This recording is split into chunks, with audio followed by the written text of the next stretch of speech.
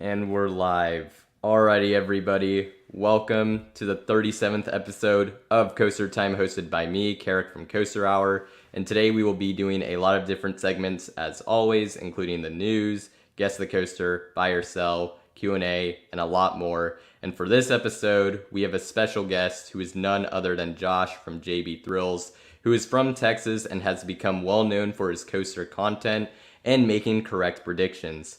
So with all of that being said, Josh, how are you doing? I'm doing good, man. How about you? Me too. It's gonna be an exciting stream. I would like to say you're the first person I've had who's like living in Texas that I've ever had on here. I might be wrong on that, but I'm pretty sure I'm correct on that. So that's obviously exciting. And yeah, that will this should be a great stream. Gotta show support for all the Texans. Absolutely, huge state down there. So absolutely. Alrighty, so for those of you in the chat, if you could tell us if the audio is good, that would be great. And then we'll go into our first Q&A, which just ask any questions you have. It can be questions for both of us, for JB Thrills, or for just me, or like, yeah, just one of us or both of us, whatever you have. But any questions you have, let us know. This will be a shorter 10-minute Q&A. And if you have any questions that we don't answer within this segment, we will have a final Q&A session toward the very end. So that's going to be the plan. The audio isn't that bad. Is there any issues with it? That's what I was asking. For me, there's issues. Hold up. Let me just make sure. It is on the Yeti, so it should be good. All right. Sometimes it goes to this thing and it causes issues. Oh, yikes. Yeah, I did that in my OK Coaster stream, and when I watched it back, I was not happy about it, but not an issue here. Have I ever been to Texas? Outside of an airport, no. JB, I'm sure you can answer this one. Yeah, I live in Texas, and probably someone's gonna ask this later, but if people are wondering where in Texas, it's DFW, because over Texas is my home park. Yep. Dallas Fort Worth is that is. I went to one of the airports in the area, so that's the only part of it I've been in. So there Yeah, you go. DFW is kind of packed and busy some days for sure. Yeah, for sure. Are you with Texas Thrill Seekers? Is this a? I'm not sure what this is, but are you with them? Texas Thrill Seekers, this is like group, kind of like Ace. I have seen them, and uh, while I am a Texan thrill seeker, I'm not part of the group because I've never had the time to join the group yet. But hopefully someday I can. Huh. So I guess it's another sort of coaster club, I suppose, or something like that. That's pretty. I hadn't heard of it, but I guess that makes sense. Yeah, it's mainly known through like Facebook or like anybody that lives close in Texas. Oh wait, actually, okay, yeah, wait, no, I think I have seen the Facebook thing, so I take that back, but still sounds pretty cool. Definitely. Let's see. You have the ORD credit, but that's it. Let's see. What do you think about the new president of Over Texas? The new park president, I mean, I'm kind of like uncertain about who he is because like they haven't publicly announced who he is. He's kind of just like there. But I'm pretty sure I think his name is Dennis. But I haven't seen him in person or met him yet, like the previous park president. So I wouldn't know or have any like thoughts. But at least he's making some changes. I've seen like some paint, some normal care for over Texas. So it's good to see that, especially for their new attraction. But I do hope they, do some more updates other than the standard Six Flags commercial stuff. Yeah, interesting. You say the president's name is Dennis. I was under the impression it is this someone new from when Ron McKenzie was gone. I thought, is this someone who's new, um, like newer than that, or is this the person who took over for Ron McKenzie? I guess is what I was asking. Oh, I mean, so basically, it's like Ron McKenzie is not park president anymore, Yeah, and I'm aware of that. yeah, and they didn't publicly announce who's replacing him. And I do know the only reason why I think I know his name is because someone said somewhere on Facebook that that's his name, and that he's a Texas enthusiast. So, which is why I'm assuming that that's what his name is. I could be wrong, but I don't know for sure who he is because again, no official statement on that. Interesting. I don't remember what the name was, but I thought I had heard it was something else, but I'm probably more in the wrong there because I'm not a local. So um and but I guess we'll have to see what happens there. Yeah, definitely. Have you ever joined Ace? While Ace looks like really fun to join, I haven't had the time to be in the group because again, I've been busy with marching band, regular work, as well as YouTube. So kind of balancing the schedules out there, and hopefully someday when I'm more free, I can actually join Ace. Yeah, we were talking about this earlier. I was very impressed with JB's sort of life balance, work life balance. So pretty impressive. But yeah, that's understandable for sure. And I guess I'll just answer I this as well. I'm not part of Ace, and I have yet to join a coaster club of any sort. But that may be changing soon ish. We'll see. Ooh, that'll be exciting. It probably won't be Ace though. Interestingly enough, what is the best coaster in Texas in your opinion? Okay, the best coaster in Texas.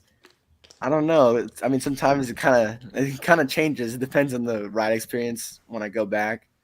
But for me, I think for now it'll always remain Iron Rattler because it's Iron Rattler.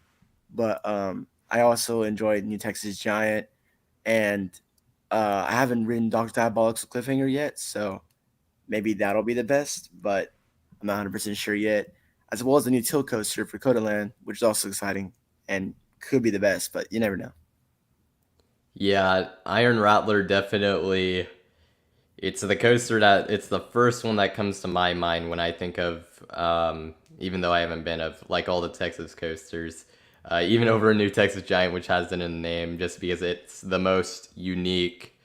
Maybe not the most unique coaster, but at least as far as like of the best ones, it's definitely the most unique one, using the quarry wall to its advantage. So it's a really cool looking ride. Most definitely. It's pretty, it's fast, it's thrilling. I also love the seats from Gerstlauer way better than the actual RMC trains.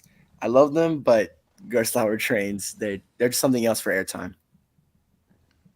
Yeah, I've heard similar things from other people. So yeah, I'm interested to see how those are whenever I get to go to over Texas or Fiesta Texas. I don't know which one I'm gonna do first, but it's something that's on my mind in the next few years. We'll see what happens there. Let's see.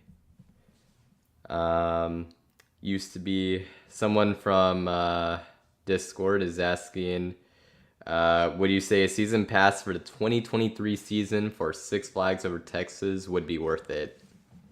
Uh, I mean, as of now, I'm not 100% sure because I said that this year would be worth it because of Aquaman Power Wave and the new Pirates Bunker Cave. But with it being delayed again, it kind of scammed people. So, it wasn't really as worth it as people seemed.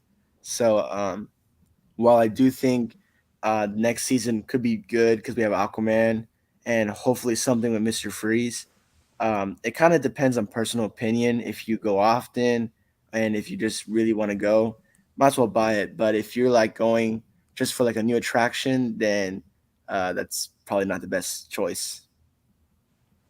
Yeah, I mean that would make sense. Hopefully next year's the year for Aquaman. Hopefully. My only new concern is I don't know. We don't know it yet, and we'll talk about it in the news. The Mister Freeze, seemingly the refurbishment. That's at least assumed to be what's coming for it. What that's gonna be like. But my concern with that is that I wonder if that will take a really long time and not open. Like when summer starts. So hopefully that it is able to work out, but we'll see what happens there. Yep. No wonder they said final rides because it might take a while. Maybe like 5 years. Ugh. Hope not. Yeah, I'm curious. I really hope they go to LSMs. That would be quite the investment, but I think it'd be very worthwhile. Yeah, definitely. I really hope they put like the full amount of money they can into it and actually care for it. And then, so we're heading toward the end here. We'll do the last few questions up to Sanford Bridge's last comment. Actually, sorry, up to Nerd's last comment. Let's see. If Mr. Freeze gets rethemed, what do you think it will get rethemed to? If it got rethemed, it'll probably be another DC related property, considering Batman is nearby. Um, I don't see them doing the route of a Texas theme overhaul or something else because it'd be just kind of weird next to Batman. And I honestly think that Mr. Freeze won't get rethemed because um, they would have to change a lot of the attraction. But again, you never know because Montezuma also got rethemed.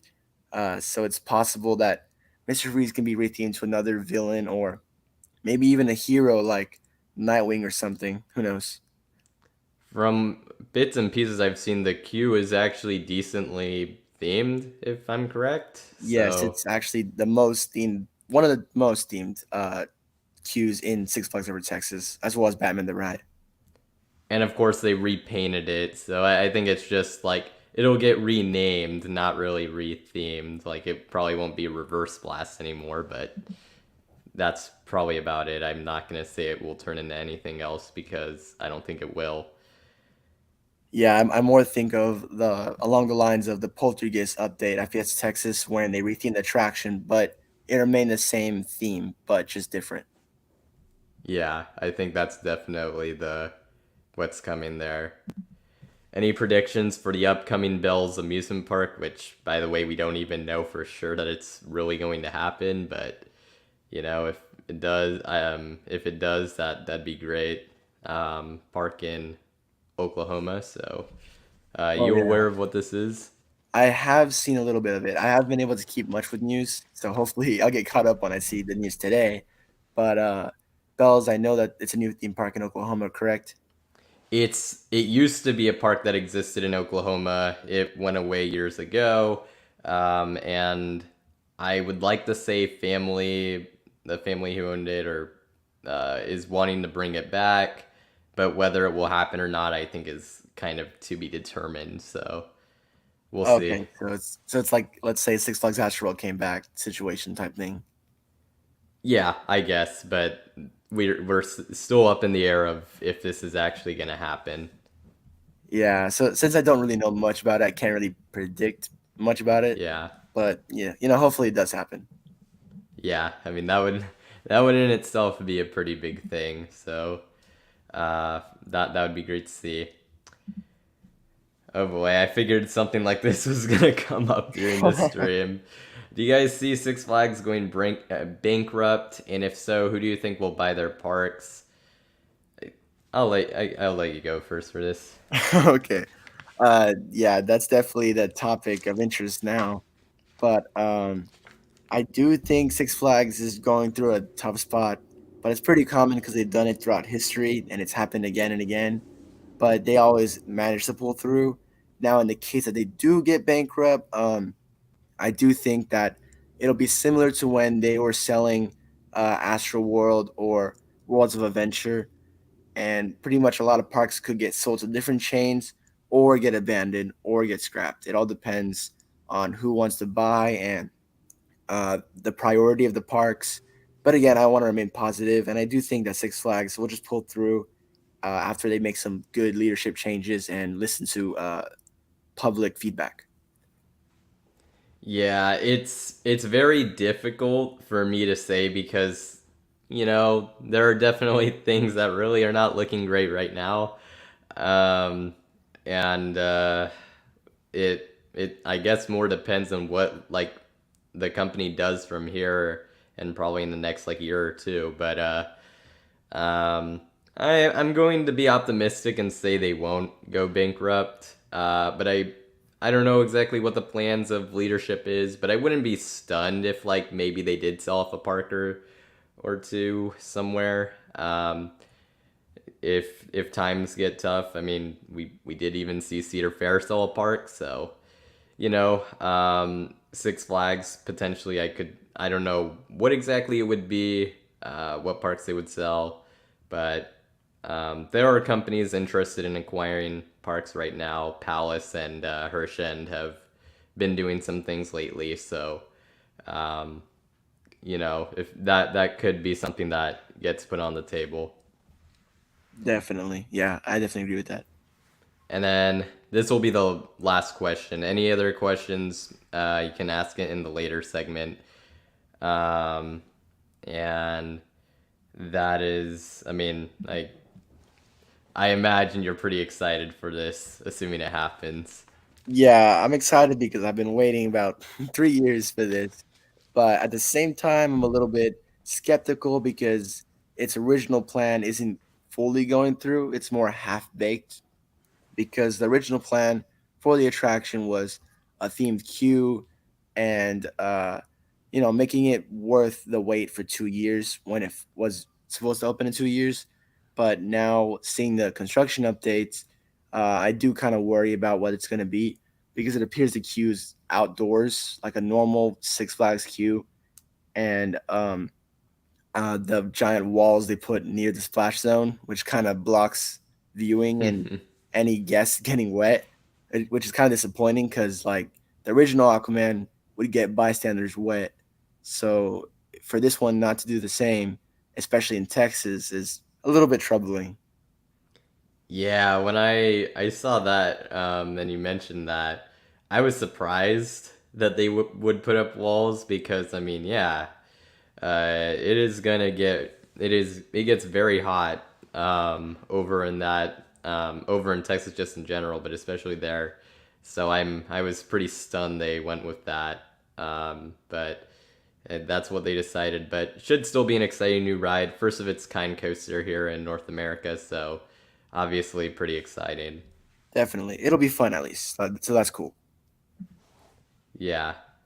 Alrighty, with all of that, all the questions, or most of the questions answered, we're gonna head straight into the news. We got quite a bit to go through, so we're gonna just go right into it.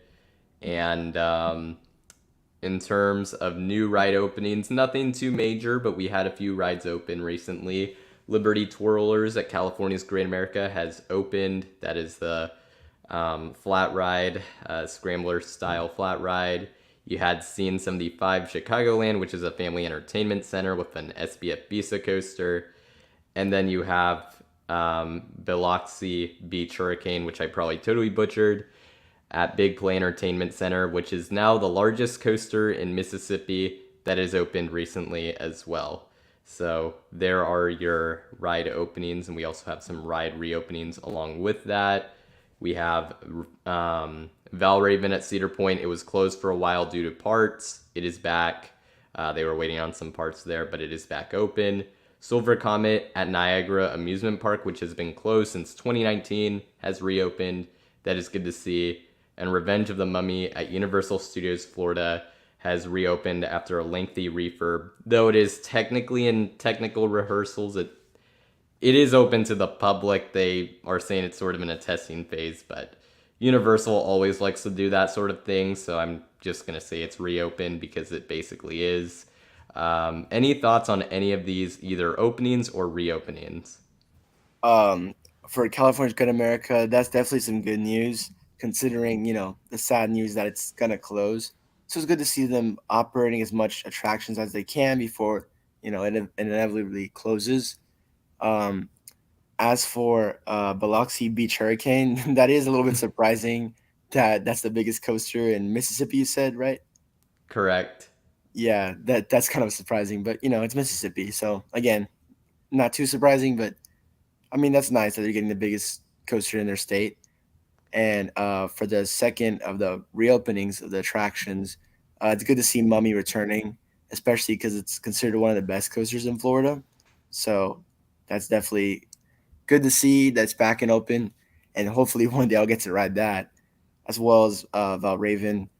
And I've never actually heard of Silver Comet, so I couldn't make any comments about that. But yeah, it's exciting. Yeah, it was a pretty obscure, I believe, CCI wooden coaster. It is in um, northern sort of New York, northwestern New York. So, um, yeah, it's not a coaster that a ton of people have gotten out to, but still, it's good to see that it reopened. And of course, along with all of these other rides, of course. Next, we have construction updates. If you're a fan of construction updates, this is the episode for you. We have so many. SeaWorld San Antonio, their log flume. I had not covered this yet, but land clearing and wall art teasing the attraction has been going on. So that's something there. The mock dueling launch coaster at Epic Universe. Track is on site, as you can see there in the bottom left. On the top right, we have Palindrome Track. It has arrived on site at Codaland. And the Super Boomerang, the Vekoma Super Boomerang, which is a new model, going to Fanta Wild Zhuzhou in China. Track work has been completed there. Exciting looking new project there.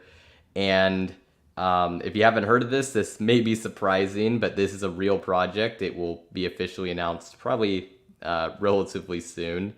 But a B&M wing coaster at Legoland Germany has gone vertical. It's going to be more family style, but that is the construction updates, the first half of them. We have any thoughts on any of these? That's really exciting. Me personally, I love construction updates, so I always get excited to see what's going on. For SeaWorld San Antonio, it's definitely the most exciting for me considering it's close by. But the fact that it's a log flume and a rumored intimate log flume is very intriguing to me. And honestly, it's like perfect because it's Texas, so a water attraction would be amazing. And it'd be funny that if a log ride opens before Aquaman Power Wave, as well as probably be better than it, because intimate log flumes, if you don't know, some of them tend to go backwards and have some unique features from regular log flumes. I I forget if Chiapas at Fantasia Land is Intamin. I'm not sure if that is. Yeah, that one is. It is. I because I heard some people. The level of theming won't be there, but it does have some unique sections to it. So a lot of people were. I did see a few people compare it to that. So Yeah, that is definitely very interesting looking for sure. for sure. And as for the Epic Universe mock dueling launch coaster, I've also been keeping track of that too because that's also really exciting to see. Because I don't think Mock has created a dueling coaster yet. I correct me if I'm wrong, but I don't think they have. Not a major thrilling one, anyways. Yeah, so it's definitely something interesting to see, especially at Epic Universe, because it might have some pretty good theming for it, maybe similar to Velocicoaster or something like that. And yeah, it's definitely like a really ambitious project, and if it goes through, it'll be awesome. Yeah, for sure. Alrighty, we'll head into the next batch of the construction updates. The first ever Golden Horse Boomerang has track work completed um, at, oh boy, I'm going to butcher this. Goyang Happy World in China, track work for it has been completed. It very much looks like a normal Vekoma boomerang, so that is interesting to say the least. You have Wild Mouse at Cedar Point. Track has arrived on site.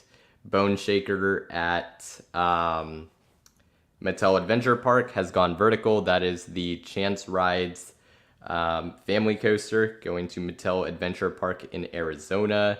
And then we also have some kind of unusual construction updates to be kind of making it on this news segment. Top Thrill Dragster has had some activity around it, which includes launch cables being removed, along with the prop car being removed from the queue. To be determined on what this means, you can look at it in both a good or bad way. So we'll see what happens there. And then California's Great America has had several markings pop up near and on the antique cars and just all around the sort of action zone area, surprisingly.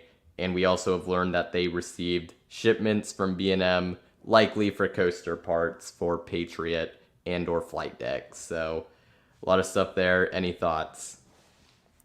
For the Wild Mouse for Cedar Point, I'm surprised most people didn't really like the announcement. I mean, it makes sense because it's not like a giant thrill coaster. But personally, I think it's a really good addition, and for it to be something that's a little bit unique compared to most Wild Mouse, it's definitely cool to see that it's progressing quite well. Yeah, for sure. I mean, I think one of the I like the Cedar Point announcement. And I had been, I remember hearing about the Zamperla Twister coaster, the freeform layout, back when, it was like in its, like, it had gotten announced, I think. And so to finally see one get built, not that we had to wait that long, but to see it get built was pretty cool to see. It's a different take on a wild mouse, so I liked it for sure. Definitely, I'm in the same boat. As for Top Thrill Dragster, I've seen lots of updates about that. It's definitely interesting. I think it's just probably changing the launch system to make it more reliable. Maybe some theming adjustments, which will be cool because Cedar Point, but that's not even confirmed. And for California's Great America, the markings, that's also very interesting. And I wonder if it's something to do with maybe the park eventually getting demolished or them installing something. I really don't know for sure yet. Yeah, the like sort of speculation is it's probably just for cosmetic upgrades for a lot of it. Some of it is in a little bit of weird areas though for that. So and different markings have different meanings. So we're not really sure what exactly is going on there, but I guess we'll find out. Time will tell. So there you have it. Next, we go on to test runs. We've only had TRON Lightcycle Run, which has tested before, but it was seen recently testing for the first time with people riding it, which seems to suggest that perhaps a late 2022 opening is not out of the question. Your thoughts on this? And this is the one in California, correct? Or This is no? the one at Magic Kingdom, not the one in Shanghai that's been open for a good while now. Oh, Shang. Yeah, okay, my bad. But yeah, uh, this is the Magic Kingdom one. yeah, Magic Kingdom. I tend to get the Disney's confused because I really never been to any Disney park yet. So, yeah, but that's definitely exciting to see because I have seen some videos of Tron and how it got built from this documentary, and it's really fascinating. So I really want to see the attraction finally get open because it's basically a running meme for Disney at this point. Yeah, I mean, it's been out there forever, like just getting built. Some people have even noticed the canopy has a little bit of like weathering on it, which is funny because it hasn't even opened yet. So, but it looks really exciting. I wish it was coming to California. That would be. This is one of my top bucket list Disney coasters. So I'd love for it if it did.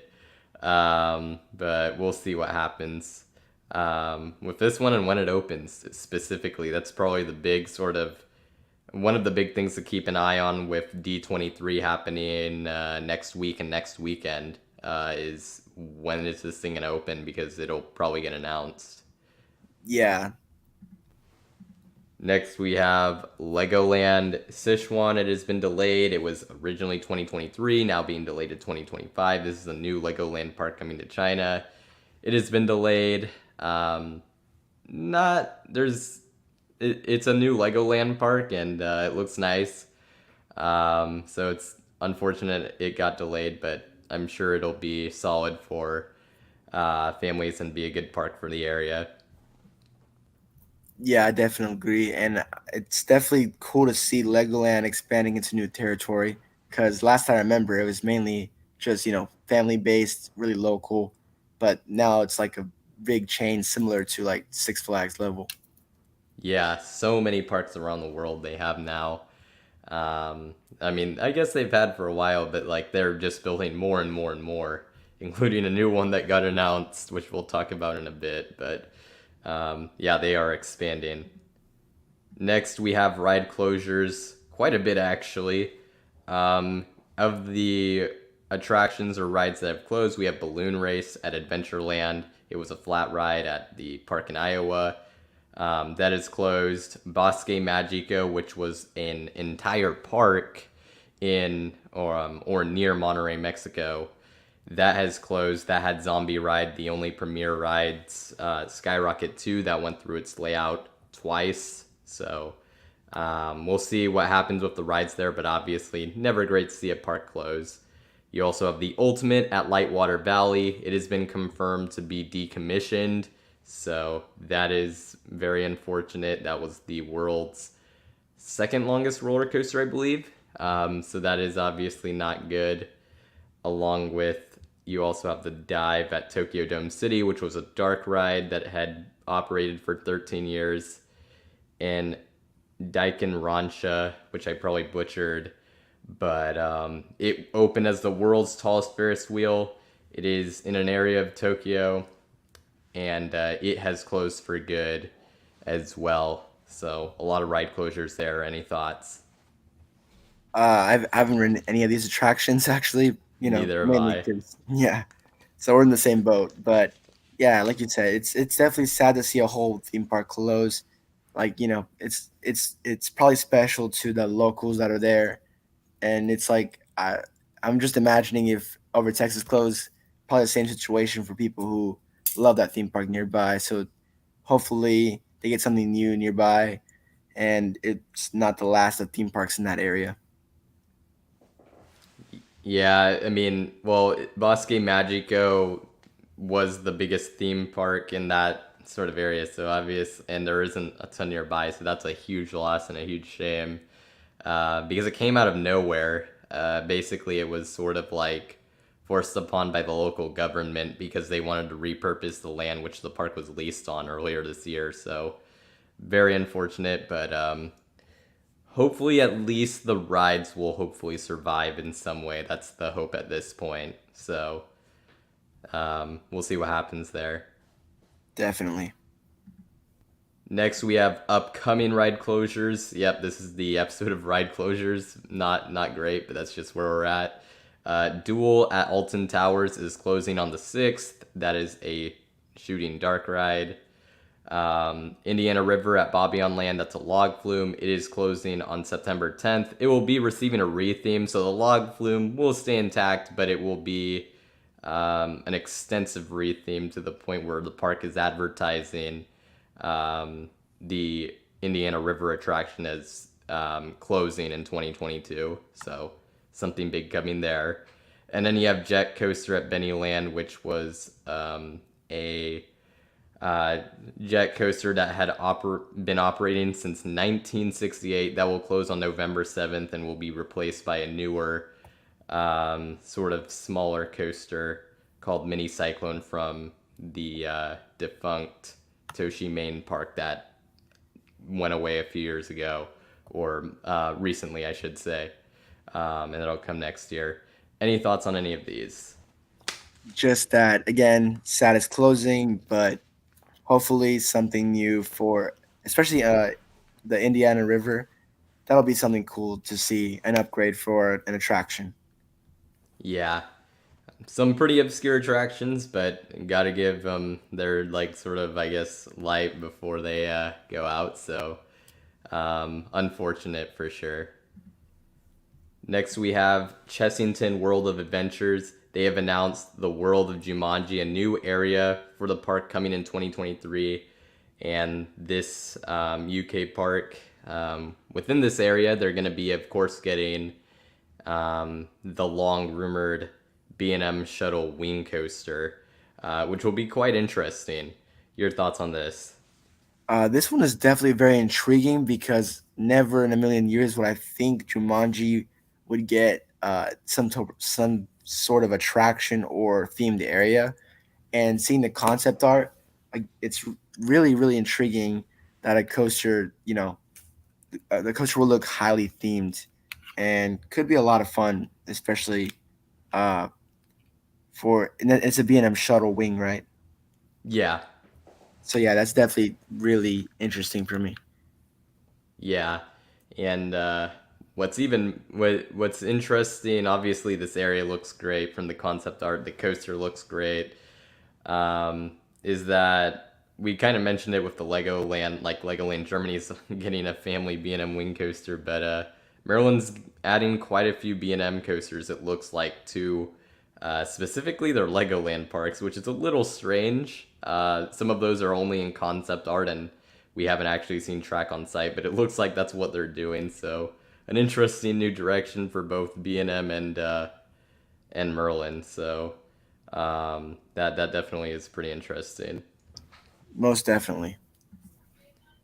Next, we have Fried. They have announced a new Gersauer triple launch inverted coaster coming in 2023.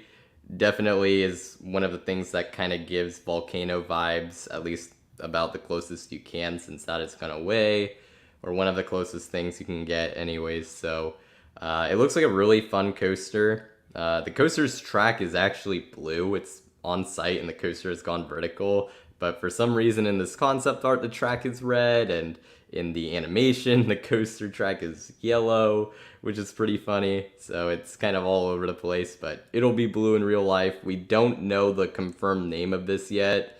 I was actually told by the park social media person that they haven't decided on a name, and that the Storm the Dragon legend is, I guess, sort of just a potential name, but should be pretty exciting. Your thoughts on this? Yeah, it's definitely very exciting, and it could mean possible new additions of Gerstar inverts in the future. Because if this is a success, then who knows? Like you said, maybe this could be like the start of a eventual volcano reboot type. Maybe an extreme Gerstar invert with multiple launches. Yeah, I mean, this thing, it's hard not to think of volcano when you look at it. So, hey, maybe the Cedar Fair got an idea from looking at this. But no, it looks really good. Huge addition for Fried in Norway. Obviously, that's really exciting, and hopefully, we see more of these sort of coasters and a new player in the invert sort of market. They did build one last year, but it was more on the family side of things. So good to see Gerstlauer branch out a little bit. Yeah, it's great to see them explore new options. Yeah, it is really cool. Next, we have Busch Gardens Williamsburg. Several things. They have filed a 220-foot waiver for a new amusement ride structure that is supposed to be built between February 2023 and March of 2024. And Busch Gardens Williamsburg fans, or BGW fans, they have done some digging, and it very much looks like this will be for another new coaster, as crazy as that sounds, because of where the I believe it said the like waiver was located, and how close it was to Drakenfire's former station, and how it's not near any of the existing pathways. We don't know exactly what this ride is going to be, and but it is pretty exciting. The only thing that this might mean is there's a good chance that if this does happen, that Drakensfire is dead, as in like the shuttle Giga Coaster. Honestly, I think it's probably for the best if that's true, but we'll have to see what happens. We also have some other rumors that from BGW fans, they reported a rumor that Mock Tower at Busch Gardens Williamsburg could be closing for good in the near future, as early as this year, but maybe not necessarily, just some point in the near future, they were saying, but that is an absolute rumor. And there's another rumor that Dark Coaster will be announced on September 6th, which is also, according to BGW fans, and there's speculation that other SeaWorld announcements will come at around the same time if this ends up being true. So, um, two rumors and a height waiver. Your thoughts on any of these? Also very interesting because I don't really know much about Busch Gardens theme parks, but it's definitely making me want to research more about them and hopefully place a prediction because it's really intriguing to see, especially with Drakenspear. I did see that, and that does look cool, but I personally think that it would have not fit considering it's too similar to Pantheon. And um, hopefully, I really hope it's not just like a flat ride. I kind of want to see a unique type of coaster for them. But again, I can't really predict much about it until I dig a little bit deeper. It very much looks like it is going to be a new coaster just based off the sort of digging that BGW fans did and the location of where the ride would supposedly be. So that is the hope. The leading candidates I've seen on forums online are, and also from what BGW fans said, and the first thing I thought of was an RMC, like just hyper hybrid or hyper ground up coaster. 220 feet, that could totally be it. And that could certainly be it. And then for some reason, people have been talking about they think they could see a SNS Hyper Looper. I highly doubt it because Steel Curtain has had so many issues. But if they did want to get a good or the most like sort of respectable, I guess, Drakenfire spiritual like successor, that would certainly make sense. So very interesting. Yeah, definitely. Alrighty, next we have El Toro. Normally I don't report on accidents, but this one was one that since we did just have an accident last year and there was a lot of talk about it online, I figured I'd mentioned it. But El Toro had an accident which gave 13 people minor injuries, and the coaster will be closed for the time being. The park has stated that there was an issue with the substructure and that it needed to be repaired, and that they hope to reopen the ride after necessary repairs are done. Your thoughts on this? Yeah, this one I did hear about. I was actually going to cover it on my channel, but I never had the chance because there were so many people covering it. Because of course, El Toro is really well known. So yeah, I've been keeping track of all the updates, especially like with what El Toro Ryan has said. Great And video he yeah, did, by that the was a way. great video. Yeah, and this coaster has been on my bucket list, and I hope that it's not going to get destroyed, despite what people say. I honestly think they're going to continue repairing it because it's such an icon of a coaster that I could not see it actually getting destroyed. But it's definitely weird to see two accidents happen so frequently. Yeah, so close to each other, and but it is said and believed to be not at all related to each other. So that's a good thing there. And the park has stated that they plan to reopen it, so I don't really see any reason why it wouldn't. But we'll have to, of course, wait and see what happens. Of course. And yeah, I do think El Toro will stay. And yeah, it's good to see that none of the accidents are corresponding. So it's not about the age, more just really bad coincidences. Yeah, for sure.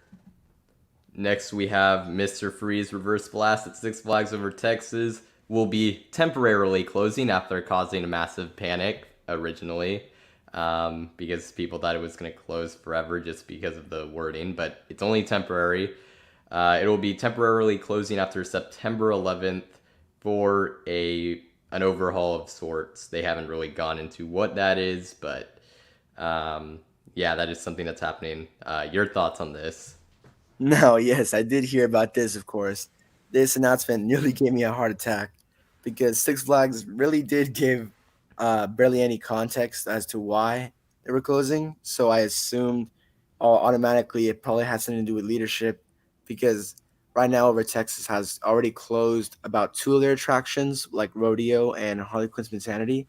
And while they're not permanently closed, they're taken off from the map and blocked off.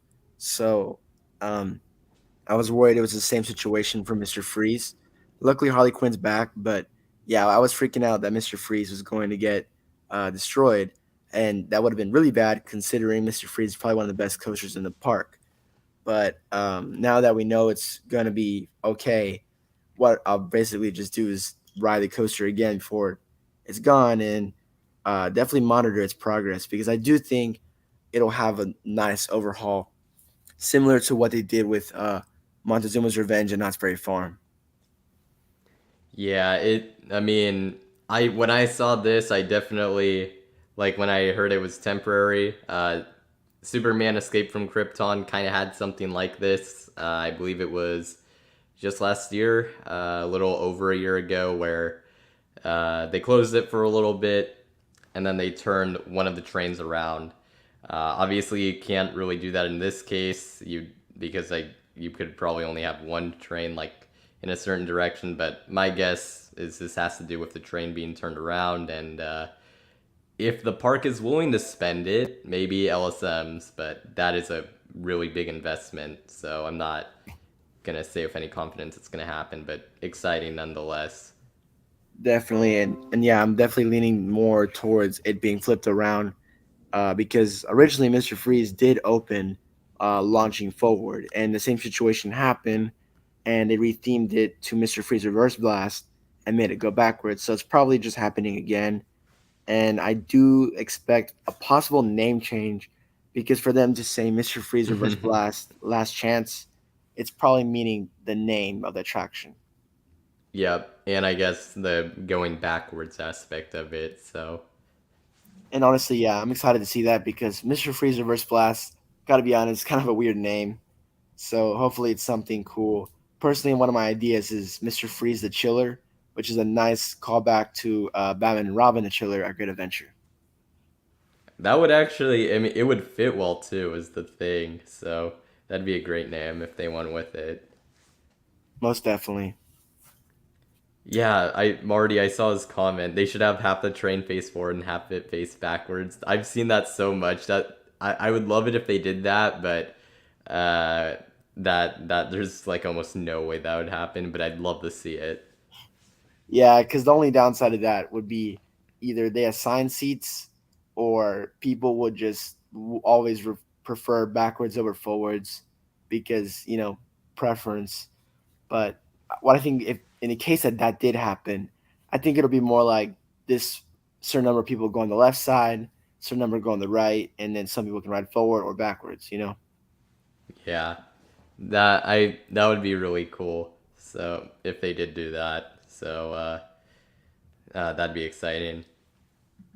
Next, we have more Six Flags news. So last episode, I did sort of an update after like the earnings call and everything about the different things going on. We got more stuff. So since that episode, Six Flags America and Six Flags Discovery Kingdom have both listed over 10 attractions as closed for the season, and in some cases, some rides were even removed entirely off their websites.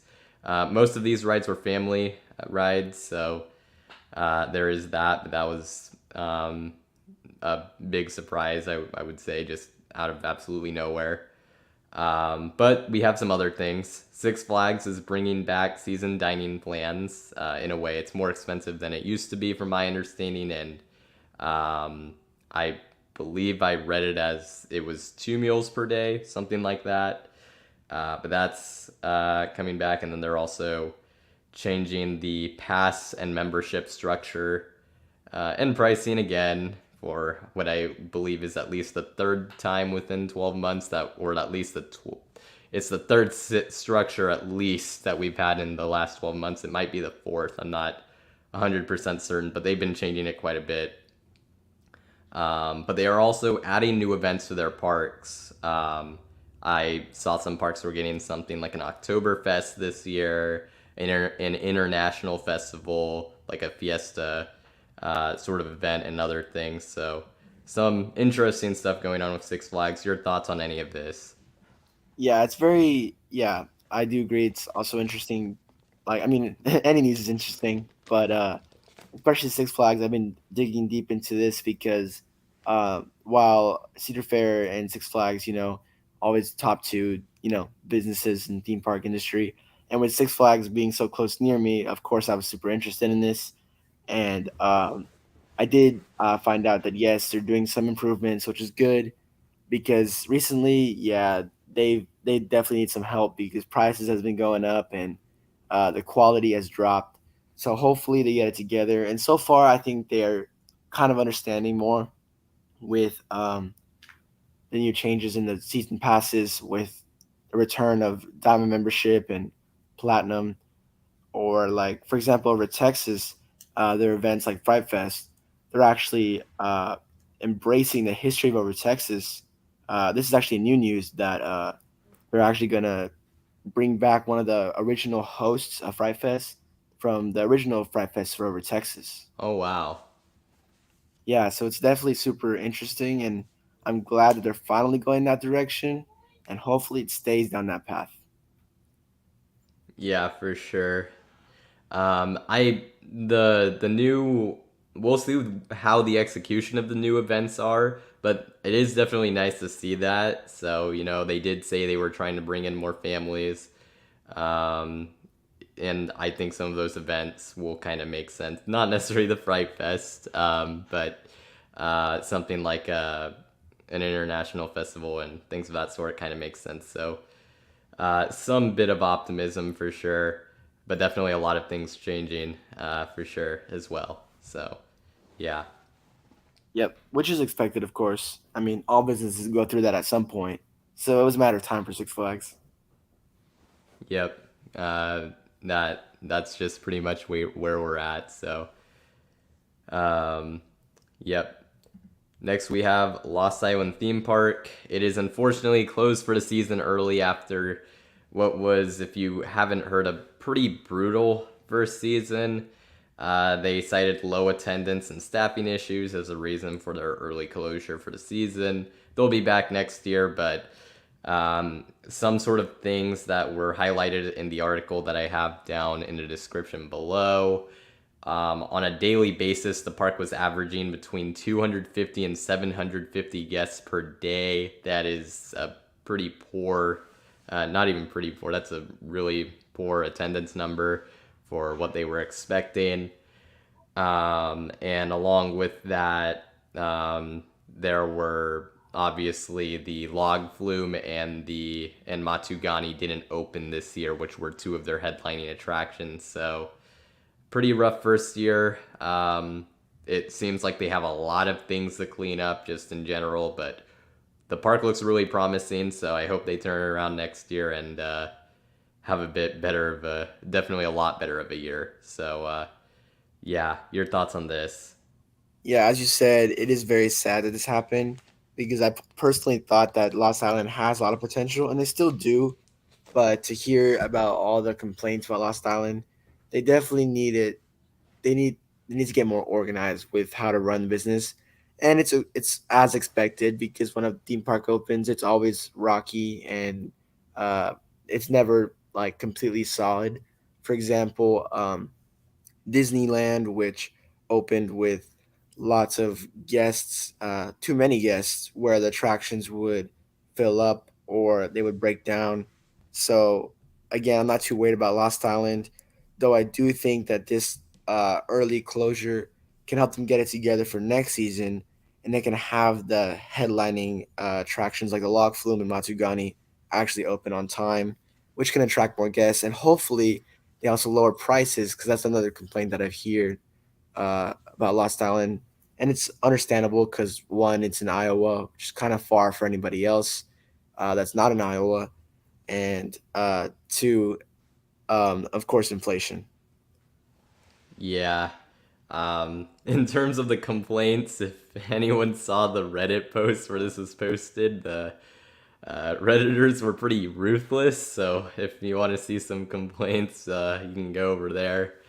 And some sort of issues that the park had. But I hope they're able to get it together for next year. And in terms of the two main rides not opening, kind of things that were out of their control, the log flume had a fire during construction, which kind of pushed it back. And Matugani was overseas delays was kind of its sort of downfall for not opening this year. So Hopefully, a much better next season. Definitely. And yeah, Redditors are ruthless. Yeah, that was it gave me a good laugh in some ways, but man, that was tough. They don't hold back for sure. Yeah. Next, we have Knott's Berry Farm. We have news and a rumor. The news being that we have a new teaser for Montezuma, the Forbidden Fortress, that shows the new theming and trains. The trains, unfortunately, have over the shoulder restraints and are believed to be from the leading candidate at this point is actually Kumba K. Believe it or not, they did the restraints for T3, and they've done some other coasters. So um, not something that people are super excited about. Some other people thought it looked like Premier trains and Premier Comfort colors, but the leading rumor and speculation is Kumba K, restraints and trains. So you have that, but the theming of the ride looks great. I will say that. And I can't wait to ride it. Even if I do, I'm not super happy about the restraint change. I think the experience will be pretty interesting.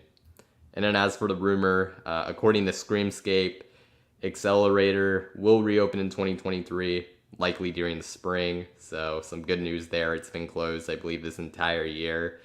Or not really good news because it's not news, it's a rumor. So we'll see what happens. But there's that there. Your thoughts on this? Now, this one is also one of my personal favorite news because Knott's Berry Farm at the moment is currently my favorite theme park since I visited last year. But for Montezuma, which kind of disappointing because I honestly didn't get to ride it when I went to visit. Oh man, that's tough. Oh, So yeah, it was tough. The ride broke down earlier that day, and then they were busy, so I just missed it. And I assumed I could go back again, but then this happened. But yeah, I am really hyped for this though because I could tell even from not riding that the queue needed some work because it just showed the age of the attraction, and for them to add theming is just beyond amazing. Especially the trains, they look absolutely awesome. And I'm also very excited for the randomized launch sequences that could go forward or backward. yeah.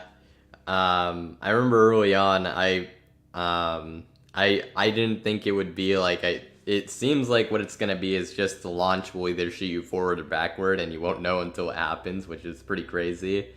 So at least that's the idea that a lot of people have right now, and myself included. So that's gonna be pretty exciting, and I can't wait to experience this. Same here. Hopefully, I get to go back to Knott's Berry Farm soon after it opens. Yeah, pretty exciting project. Next, we have Carowinds.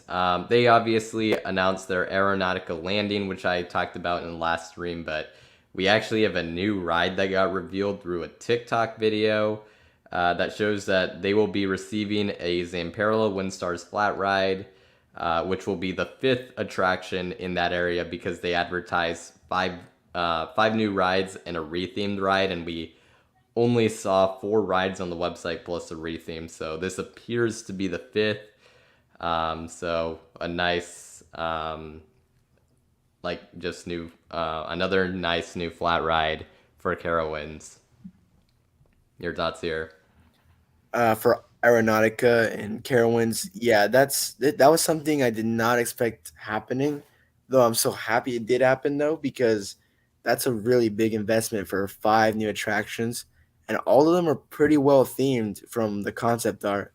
So this is definitely going to be one of the most ambitious lands uh, that's recently opening, and I think Carowinds can nail it definitely. And it's definitely good for Carowinds because they can start to add even more theming to the park and make it above quality level. Yeah, it is nice to see Cedar Fair like completely redoing areas, which people don't understand it, but this stuff is extremely expensive. Like, I don't think we have an official price tag for these like redone areas, and in this case, a completely new area replacing an old one. But they're really expensive, like potentially about as expensive or more expensive than some of the larger coasters we've seen from them. So huge investments there. Definitely. These are the type of updates that I do hope to see in even the Six Flags parks for sure. Yeah, I definitely agree there. Next, we have Storyville Gardens in Tennessee. Man, oh man, this is I can't even say this is a park because it technically is not yet, and it may never be. But the hope is that it is a park. But this is a under development park that they don't have a announced location yet, but they're trying to get something together. They released some concept art for an inverted coaster, which the first concept art showed what appeared to be a B&M invert. And then they took down the posts on their social medias outside of Twitter until they put another post back up, which showed the B&M invert plus the SLC layout. So I don't even know what to expect there. If this is some like a real coaster they're planning on adding, what exactly it's gonna be. But you have that, and they are saying they want to open in spring 2025, which seems extremely doubtful. They announced that a few months ago, and I missed it. It seems doubtful because they haven't like announced the location where they're gonna be at. But the park looks really cool from the concept art. I hope they're able to make it work and build a park because it looks really promising. I just have a very difficult time buying into this happening. Your thoughts?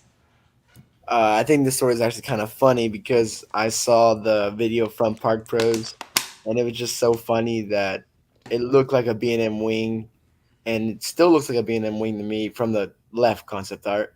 But for it to be an SLC, that's a little bit disappointing. But again, it's funny because concept art kind of lied right there.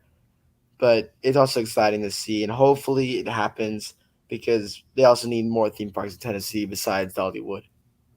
Yeah, for sure. I'm not putting my hopes up for it because there's just a lot of I'm looking into it on forums and other things. There's quite a few red flags with this park. Um, but if it happens and there's a good plan in place and they get the right money and everything, that'll be great, and I'd love to see it. But we'll have to see what happens. Next, we have Alton Towers news, and that is that John Wardley, who has done a lot of major UK theme park projects, including Nemesis at Alton Towers. At a Q&A, he teased Secret Weapon 9, otherwise known as what will likely be Alton Towers' next coaster, which is apparently in the works and will have some impressive technology. According to him, he teased the ride in a Q&A, saying it would have some impressive technology. That's about it. We have no idea what this thing is going to be, but it's a lot of people have, of course, already started to speculate, so that's fun. Your thoughts on this? I have not looked up or know much about Alta Towers except the fact that they're always so dark and gritty with their coasters. So yeah, the one thing I can predict about this new coaster is that it'll probably be around the same route, probably high tech, but also really dark. Like a dark theme, yeah. Yeah, that's probably a safe bet for sure. Alton Towers loves to just do darker themes, even for family coasters apparently, which is pretty funny. Or I guess Merlin with Alton and Thorpe Park, but anyways, yeah, we'll have to see what this is. I've seen guesses online. Some people are saying Axis. Some people are saying Mach Extreme Spinner, B&M Surf Coaster. I don't know. We'll see what it is. You just have to keep in mind that it can't be very tall, but it seems like you could do those three, so that'll be interest. Any one of those three, anyways. So it'll be interesting to keep an eye on. For sure. Next, we have Triotech, dark ride manufacturer. They are announcing a new major ride project on September 13th at IAPA Expo Europe. And they are saying that it'll be coming to a major park in Europe. speculation has been that this will be Aventura's new for 2023 project, which has been highly speculated about, but that is obviously not confirmed. We won't have to wait too much longer to see what happens here, but it'll be interesting to see. Do you have any thoughts on this? Not much besides, yep, it's going to be very interesting to see, and I'm definitely curious to see what Trial Tech does. Yeah, it'll be pretty interesting for sure. Some people are even thinking it might be another kind of indoor coaster. We'll see if that happens, but uh, certainly something's going on there. Next, we have Dreamworld in Australia. They are going to announce some new attractions later this year. They outlined it in a sort of PowerPoint thing. We don't really know what it's going to be or what they have in store, but something to keep an eye on as well. They said attractions. You would assume it'd be a ride, but maybe it's something different. So, we'll see what they have planned before the end of this year, but I guess it's something. So keep an eye out for it. I any thoughts here? Any thoughts here? Yeah, just that. Yeah, we're pretty much just got to keep an eye out for that announcement because it can literally be anything. Yep, for sure. I mean, they've had some interesting past few years, so something to keep an eye on. Next, we have Legoland news. These are with the international Legoland parks, and that is that Legoland Belgium is one of the news things that has been announced as an upcoming new park slated to open in 2027. This park still has a few hurdles to go through before it officially happens, but it has been announced and confirmed to be a project in planning, and so that is another sort of addition for Belgium. They've been getting quite a bit lately, and they'll be getting a new park in the future, so that's obviously nice to see. And then you have Legoland Windsor in the UK. They have filed an application which includes blueprints for a dueling family coaster that is speculated to be from Zero. So there are your two sort of news topics there for Legoland. This is definitely cool to see, especially from Legoland, which is kind of surprising because never would I think this would happen. But yeah, I have seen some news about Legoland, and actually a lot of news about Legoland because they've been recently pumping out lots of new attractions and announcements. So hopefully it all pays off, and it's not so much that they can't take it. Yeah, they are expanding a lot, and they are getting some interesting new attractions as we'll see get announced here in the next probably few years. And I think you're gonna see a lot more like sort of at least talk about what they're getting, even on like more coaster enthusiast oriented channels and whatnot. Which Legoland not really talked about a whole lot on there, but they got some interesting plans there. Merlin does anyways for Legoland, their Legoland parks. And then lastly, we have our last bit of news, long news segment, but that's just how it was this time around. And that is that according to Screamscape, Wild Adventures, which is getting something in 2023, they've been teasing it. They will bring back their Safari Jeeps attraction in 2023, which is kind of like it was kind of antique cars esque. So if you were hoping for something like a coaster or anything like that, probably best not to get your hopes super high up for that because this might be something more family oriented. But seems like they might be getting this sort of attraction back in some way, shape, or form. So we'll see what happens there. Any thoughts? Yeah, just yeah, that's understandable. I mean, Wild Adventures isn't like a giant park, so of course it wouldn't be like a B&M Giga or something. But yeah, it's good to see past attractions return. Those are always the best. So it is great to see. And yeah, while this was a long news segment, honestly, the news is all pretty positive. So that's good to see at least. Yeah, for sure. So that definitely is good. Of course, as I mentioned, this is a rumor, so not confirmed, and it is from Screamscape, which you always, I mean, any rumor, of course, you always have to kind of take it with a grain of salt. So that's something to keep in mind. especially Screamscape. Sometimes they're really off, and sometimes they actually will get things right or be on the right path, and people don't give them credit for that.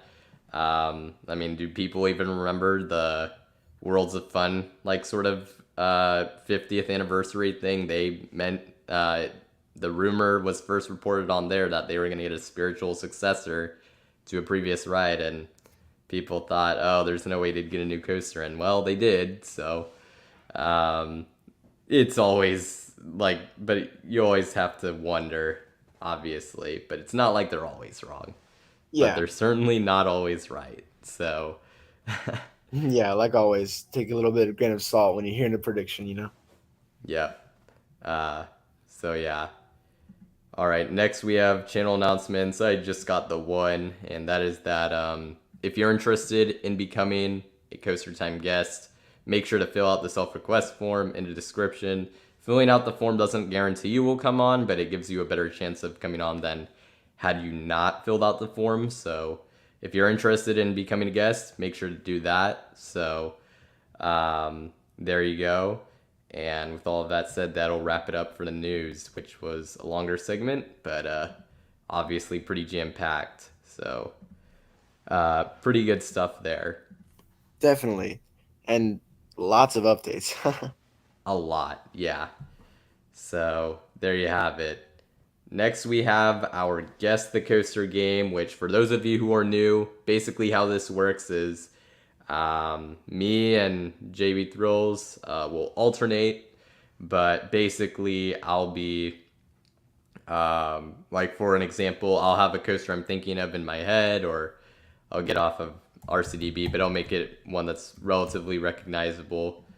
Um, and you have to try to guess with clues in the chat. Like, you can ask yes or no questions in the chat, which can serve as clues, and then you try to guess the actual coaster I'm thinking of. So that's how that's gonna work. I'm gonna get my first coaster up here. I'll try to get an easier one to start off. Okay, that's an interesting one.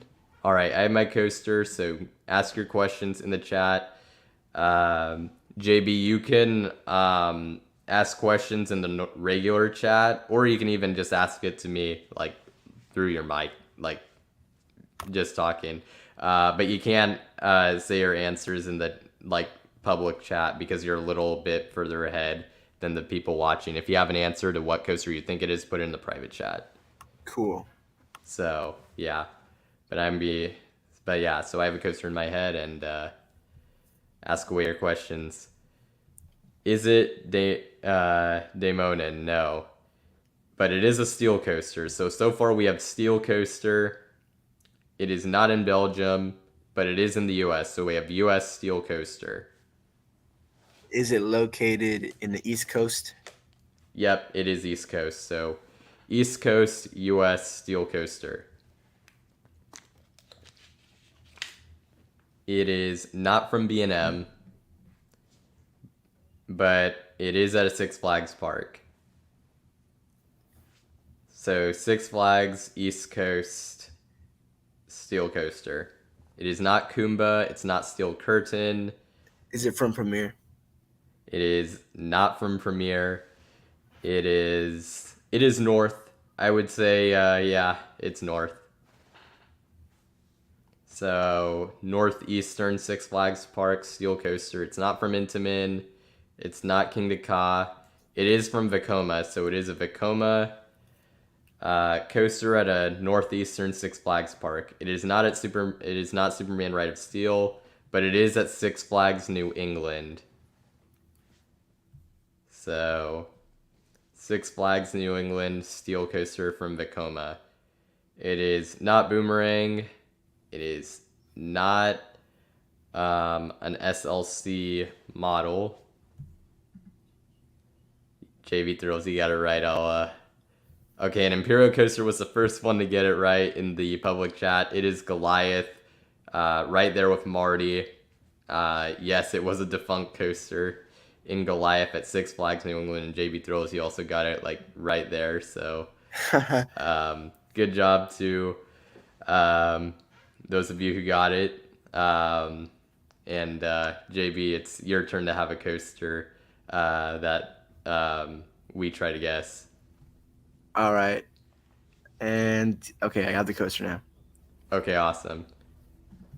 I'll let the chat go in with a few questions.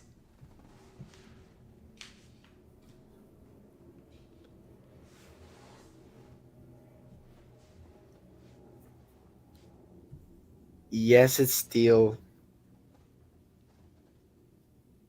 And it's not in Texas. Yes, it's in the US. And no, it's not Colossus. Is it at a Six Flags park? No.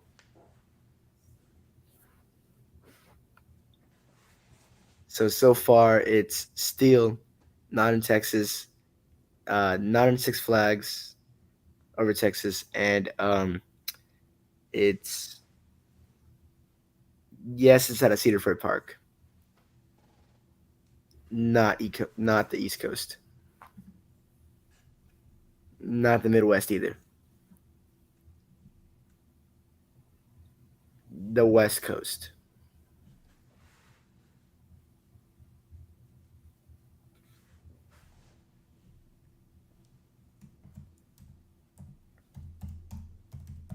No, it's not CGA.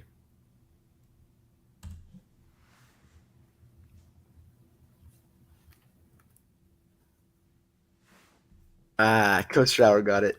Yep, don't say it though. Yeah, I'm gonna let them guess it. Oh, History and Leisure got it first. Yep, Montezuma's Revenge. It's a very enjoyable coaster. It's one I always tried to make a point to ride it whenever I was there. So, it's a fun coaster for sure. Definitely is. Too bad I didn't get to ride it, but I at least I got some footage of it before it eventually closed down. Yeah, that's a rough one. Hey, but at least if oh man, it's hard to get to, but assuming Niagara Amusement Park is able to get their shuttle loop open, that one will have a flywheel, so for whatever that's worth. Yeah, definitely will be a better upgrade for that. All right, I have my next coaster. And I guess I should have mentioned we're doing 6 rounds, 3 for each of us. So this will be round 3. So this will be our halfway point. Let's see, is it steel? It is a steel coaster, and it is in the U.S. I will make sure to get an international one next time, just so for our international viewers. Although right now is not a good time. Uh, Probably a little too late, but maybe we'll see if someone is on here. But it is steel. It is in the U.S. It's not Big Boom. It's not in North Korea.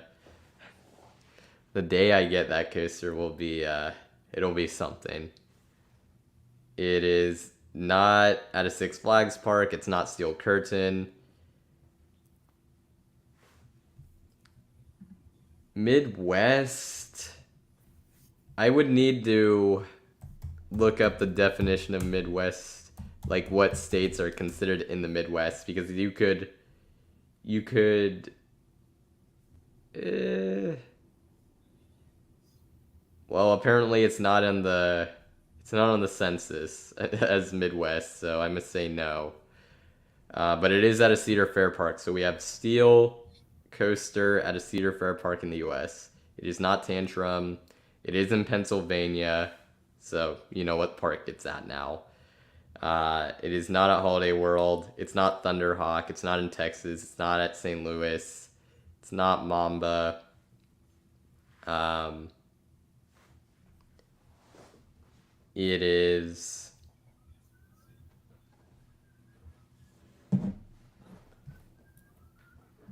Let's see. It is okay. Someone got it. I need my chat just like died for some reason, but History and Leisure I think got it first. It is Hydra, the Revenge, followed by Imperial Coaster and Roland. It is Hydra, the Revenge. That is the correct answer. Yeah, I could not figure this one out. Yeah. All right. Your turn now. All right.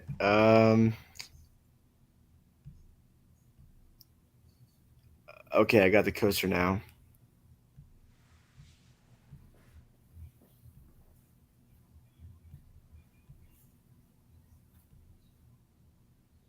Yes, it's in the US.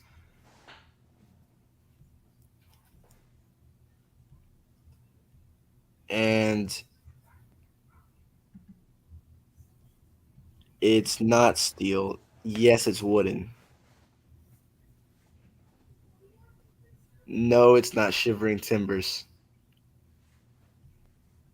Wait, did you say it was wooden? Yeah, it's wooden. And yeah, it's over 100 feet.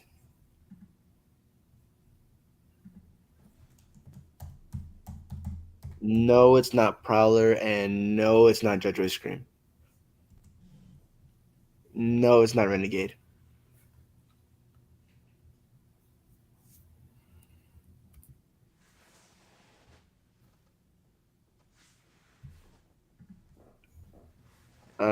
No, it's not El Toro. No, not Texas Giant, and no, not Mystic Timbers.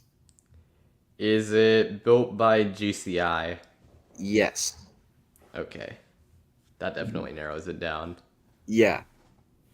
It's not Gold Striker.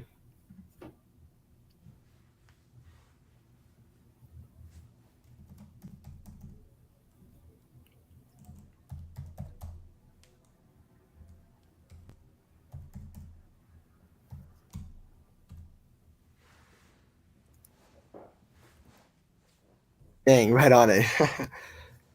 What's your hour got him himself? But let's see if the chat gets it. Yep. No, not Zambezi. No, not Thunderhead, and no, not Outlaw Run.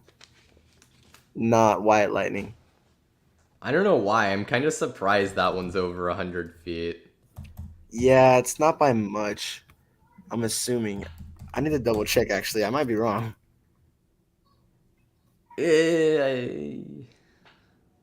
You're sort of right. Oh dang! I just googled it's it. it's close. It's close. Okay, yeah, it's close. That's the only hint. It's close to 100. Doesn't surpass 100. But I mean, you might as well count it as 100. No, it's not Kentucky Rumbler, and no, it's not Hades 360. I'm surprised no one has asked for the location yet. Yeah, I am too now. No, not Thunder Run.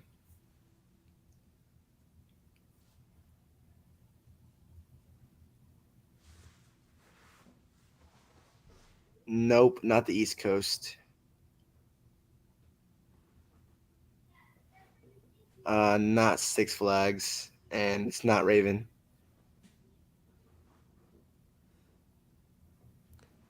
The clue so far is that it's a GCI um, in the US, I think. Yeah, GCI in the US, not from Six Flags. That's around 100 feet. Yep. And no, it's not Cedar Fair.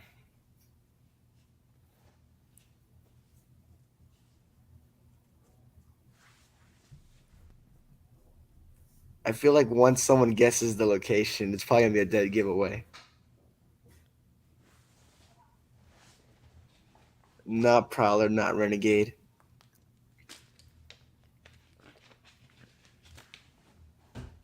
Oh, Sanford Bridge. Yeah, he got it. There we go. I see it now. Yeah, Texas Stingray. There you go. So I looked it up on RCDB. Apparently, its height is 96 feet and its drop is 100. So technically, you're sort of right. Yeah, I Um, said I said it was 100 because of the advertisement. I should have double checked that first, but it's I would say that that was fair. I was about. I mean, I'm still kind of surprised because I remember it. I thought I remembered it being like kind of on the shorter side in terms of height, which I guess it kind of is, but not really. I don't know. So that was interesting. the drop feels bigger than what it looks like for sure. Couldn't think of it because you haven't written it. That's fair. Yeah, that's definitely fair. All But yeah, right. Texas Stingray is definitely an amazing attraction. Yeah, it looks super fun. Looks like a really good GCI, and I want to check it out for sure. Definitely. Alrighty, I have my coaster. I'll just already say it's international, so it's not gonna be in the U.S. Oh So yikes! there you go. Is it steel? It is steel. Is it over 200 feet? It is not over 200 feet. It's not Big Boom. Sanford Bridge always picks a coaster that it's like it'll like eventually it'll be it, right? Eventually. But it's just that's I mean one day he'll get it, I guarantee it, but man, it's tough. Um it is in Europe, so yes. It is not Zadra. It's not Nessie. Yeah, that's the one. That's the one you always try to guess. It's not Tehran. To be fair, I think we did get Nessie. I did get Nessie for uh the other game, the Coaster Hangman. So one time. It is not in Germany. It's not Ice Speed. It's not in France. Is it in Energylandia? It is in Energylandia. Good job. There we go. Now I That's a can, huge one. yeah, now I can make some good guesses because that's like the one European park I do know the most about. It is not Ride to Happiness. It is not in Spain. It is not Nemesis. It is not Hyperion. It's not Mayan Coaster, which I think I've heard good things about that one. So, that's good.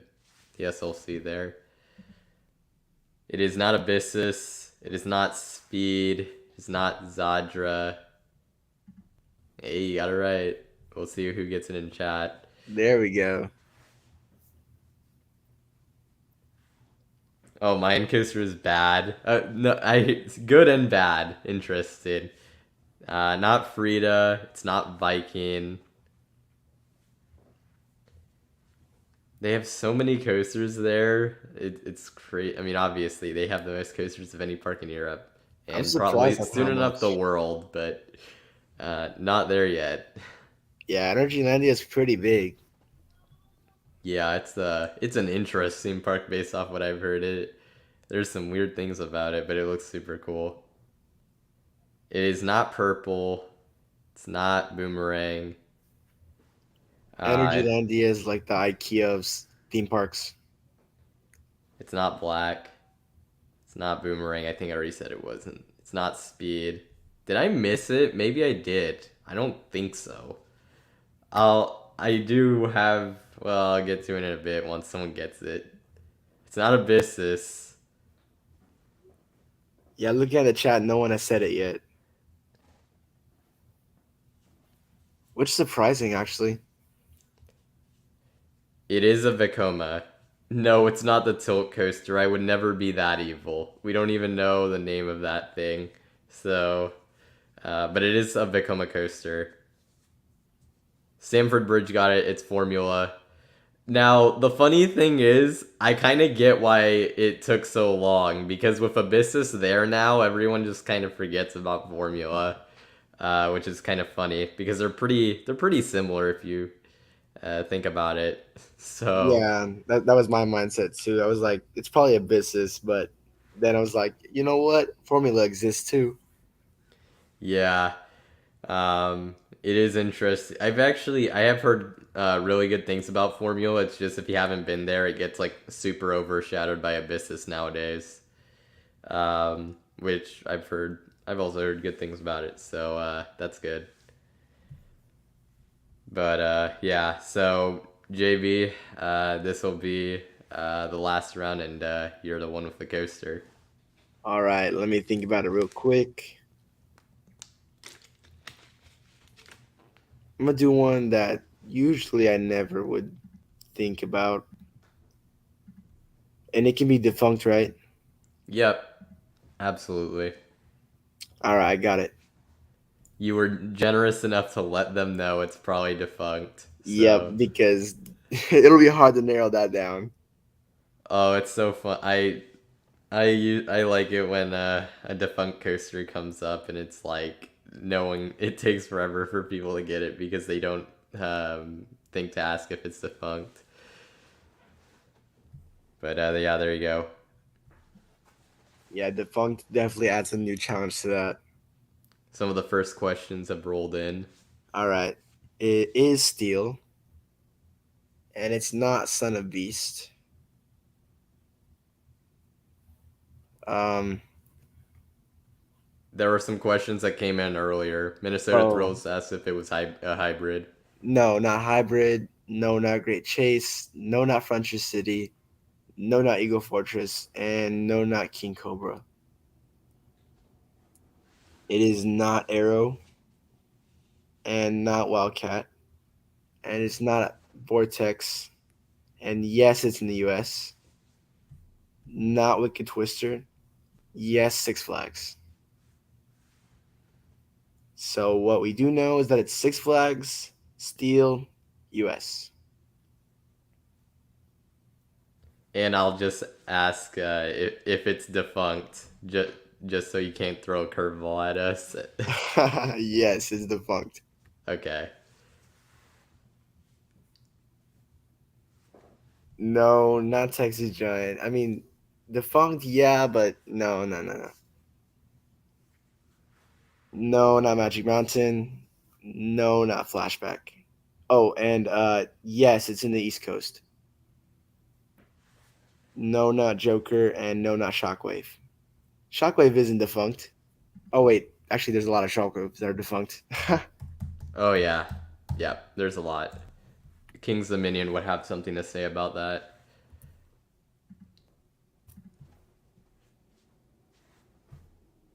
um, yes, Great Adventure, and not Goliath. Yeah, I was thinking Goliath too. I'm like, that would have been funny, but Yeah. Not a clone, and not Great American Scream Machine. oh Marty, that's a good Marty. guess. Marty got it. Yeah, Batman and Robin the Chiller. The Chiller. Yeah, I could. I that was as soon as I saw it, I'm like, oh yeah, that's probably it. Yeah, definitely one of my favorite defunct coasters because of how unique it is. Yeah, I just wish I could have written it. Me too.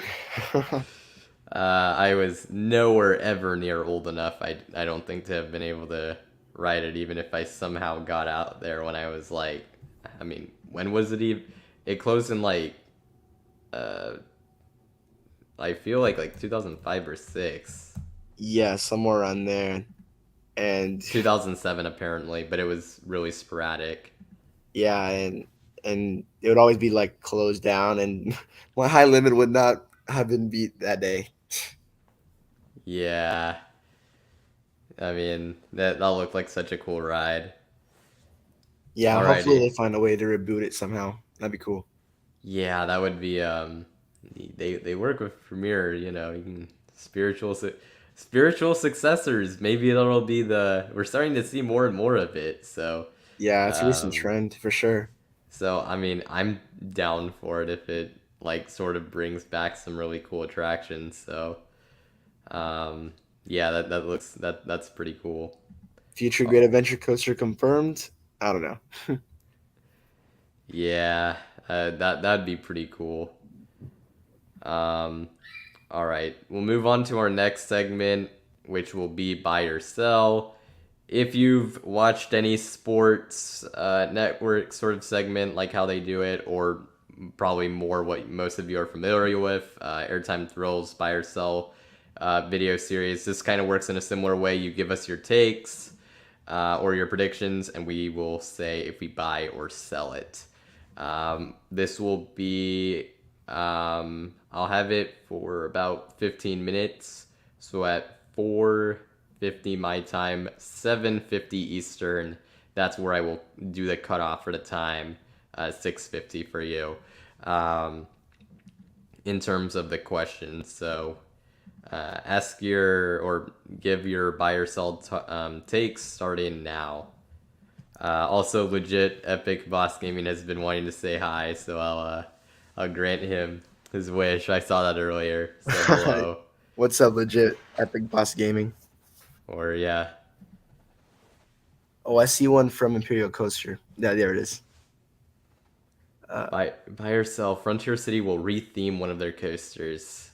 Um, I don't know enough about Frontier City, and I mean, I'm gonna say no because why would they? I'll be willing to sell because they kind of have a very specific sort of. Even though it's a Six Flags park, they have a theme going on there. Silver Bullet, Steel Lasso. Um, like they got a theme going on there, so I'm gonna say sell. Yeah, I also agree with that. They have the whole Western theme, so there's not really a reason to change any names unless they did like a drastic upgrade to an attraction like Silver Bullet or something. But nah, still even that way, yeah, I sell that too. Yeah. Michigan's Adventure closes in the next 10 years. Sell. I must sell that like real fast. Um, Cedar Fair likes to have that full control of like that sort of region, like in terms of competition and whatnot. If Michigan's Adventure were to close, someone else could potentially build up a park in Michigan. So I'm gonna sell that for sure. Yeah, I don't know enough about Michigan's Adventure, but knowing Cedar Fair, they would definitely not want to sell any other parks unless it was drastic. So yeah, I saw that. Yeah, because Michigan, depending on what area it's in, it's not too far away from Cedar Point, and like I said, they just seem to like to control the competition in that area. So I would be stunned to see it, even if they don't put much investment into it. um, Buy or sell Six Flags Over Texas will retrack Batman in the next 5 to 10 years. Oh, this one I can definitely buy. This year they were supposed to repaint the attraction and give it some minor upgrades, but they didn't do it. They didn't do it, so I'm assuming that it's gonna happen sooner rather than later. So yeah, it's definitely very possible to see some retracking for the coaster, considering it's getting a lot rough every day. This is an interesting one because this is an underrated storyline or potential storyline I could see happening in the next decade, and that is older B&M coasters needing to be retracked or just removed. Because we saw Hulk reach the end of its lifespan, Dragon Challenge reach the end of its lifespan, Nemesis is kind of reaching the end of it, and they are supposedly getting a retrack soon. So when are these other B&Ms gonna? What are these parks are gonna decide? And that's difficult. Um, would they spend the money to retrack it? Is my sort of question. And honestly, I'm gonna sell. Either it's fine, it'll just run for the next 5 to 10 years, or I actually don't think they'd retrack it. That would be really expensive to do. That's true at the same time, but at the same time, the thing that makes me not think that is the fact that Six Flags is Six Flags. I think they would rather do that over a new attraction, but you never know. I mean, yeah, I could see it. It'll be interesting when the time comes for a lot of these coasters, for sure. I don't feel confident in my answer there. I'll say that much. Buy or sell, Magic Mountain will rest on 20 coasters for a bit and let Energylandia pass them. Absolutely buy. I'm buying this 100%. Energylandia is going to pass them. It's inevitable. I mean, Magic Mountain probably would have to build another new coaster in like the next 2 years to avoid it. So I'm buying. Yeah, I also buy Energylandia is Energylandia. They have the energy to add more coasters a lot. They also have that, I think, European Union money to work with. So that's a luxury there. Big budget for sure. Yep. Six Flags will lose Lavron since they are not meeting the requirements of the lease. Yeah, this is an interesting one. So, from my understanding, Lavron is actually on land that I believe it's the city that leases it. And they were supposed to, as part of the agreement, add like I forget what the exact details are, so History and Leisure, you can probably further elaborate and be more accurate than what I'm about to say, because I'm not 100% sure what the exact deal was, but they have to add things to the park basically, like add attractions and stuff. And you're asking if they would lose it. Honestly, if there were parks to go, although that's a pretty massive area, and so I imagine the park does well, I could see it, so I'll like buy the idea of it. JB. Yeah, I don't know much about LeBron, but I mean, yeah, I don't even know what to say. I personally think that whether it's about the lease or not, Six Flags could eventually get rid of LeBron in the future years, especially with the current stock situation they're in right now. Yeah, the I will say the stock thing was a little overplayed because after the a few days after the meeting, the stock went back up to over what it was before the meeting. Then the El Toro accident happened, and that actually caused it to go down again. It's still down, but I'm no business expert, so it's kind of a interesting situation there, regardless. So. Most definitely. Um, let's I see. see Minnesota's thrills one. Yeah, I was gonna click on it. Uh, Uh, I buy that. I'd. I mean, I guess I just have to buy the idea of it, but you got a pretty good track record, so I'll buy it. Let's Yeah, do it. I think All I've only right. gotten like a few wrong, but like they're really rare. Yeah, but you're well known for your predictions, so I'm gonna buy it. New Vekoma coaster in the US, buy or sell. There will. I mean, well, like a new one announced. That hasn't been already announced. I buy it. I think we'll see another new generation Vekoma coaster get announced for a US park in the next 3 years. I buy it. Yeah, I also buy that. It wouldn't be so surprising to see a new Vekoma finally that we have an actual new Vekoma in the U.S.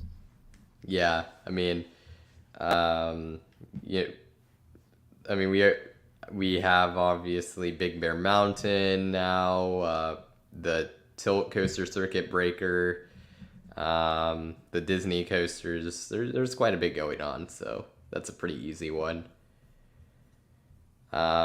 Cedar Fair closes another park in 10 years. I'll let you go first for this.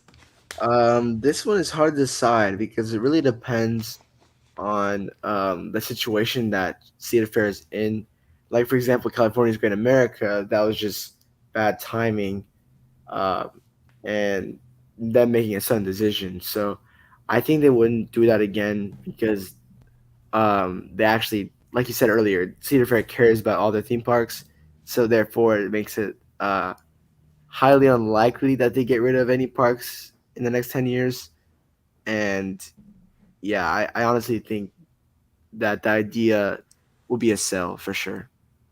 I'm going to sell as well. I think I mentioned this, and it sucks with Great America, and they also didn't renew the lease of Gilroy Gardens. But one of the things I saw this as is I actually think they probably wanted to get out of NorCal.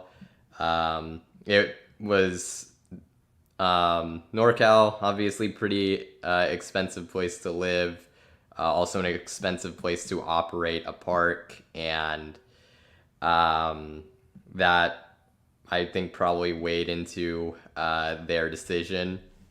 And a lot of businesses, obviously everywhere, have been hit hard by the pandemic, but I know I've talked to some people who've been to the Bay Area, and my mom works for a company based in the Bay Area, so she has to go up. But the Bay Area got hit very hard specifically, so I think that was a factor, um, which is also partially why I don't think we're gonna see like Cedar Fair go on this like exodus of smaller parks like I've seen some people claim they might. I really doubt it, so I'm gonna say sell. Alrighty.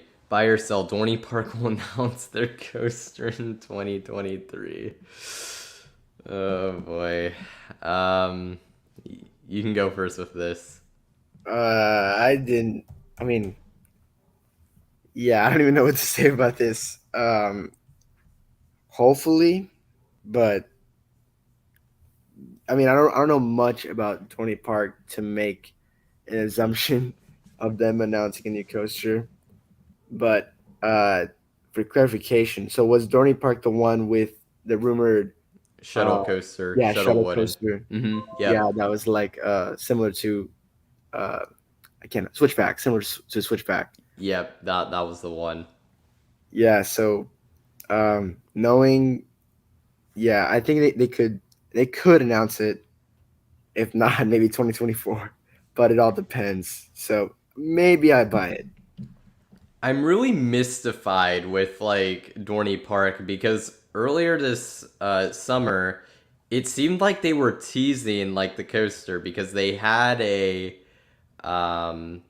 if you rode their railroad, there was like a new sort of like small like little railroad track with like a little thing on it that had that I'm trying to remember exactly what it was, but it had like the names of like the some of the higher up maintenance people, and it was like right next to the old plot of Stinger. So I was like, oh, they're like teasing the new coaster, and then nothing happened this year. So maybe it's a situation where it could be next year. Maybe they're just like, hang in there, guys, something's coming. Um, but man, uh, I'll buy it. I'll be on the optimistic side. And honestly, I think there's a decent shot it happens because if it doesn't happen next year, I think the project could just legitimately be dead like completely. So um, we'll see what happens. Hopefully it does though, because that's definitely a really cool investment, and we definitely need to see more coasters like Switchback. Absolutely, Gravity Group is an incredible manufacturer, and that switchback sort of concept was really cool. Not exactly the best for capacity, but I imagine a park like Dorney could figure it out. And it's not a super huge park, so it'll probably work well there. Buy or sell, Silver Horse City will get a family coaster next. I'm going to buy it because this is it. I can cheat a little bit here and say that they are messing with I think it's called Fire in the Hole. They're doing a huge project with that coaster that hasn't been announced yet, and if you and apparently the rumor is that they're having RMC go in there and actually do the track and everything. So if you want to consider that a new coaster, which it seems like it very well could be, that could be it. So if you look at it in that sense, I say buy. Yeah, I also agree with that. I wouldn't be surprised considering Dollywood and Silver Dollar City are pretty much on the same terms. So it wouldn't be surprising, especially when Hershey focuses on family oriented stuff, for them to get a family coaster next, especially with Time Traveler being their newest addition. So I buy it.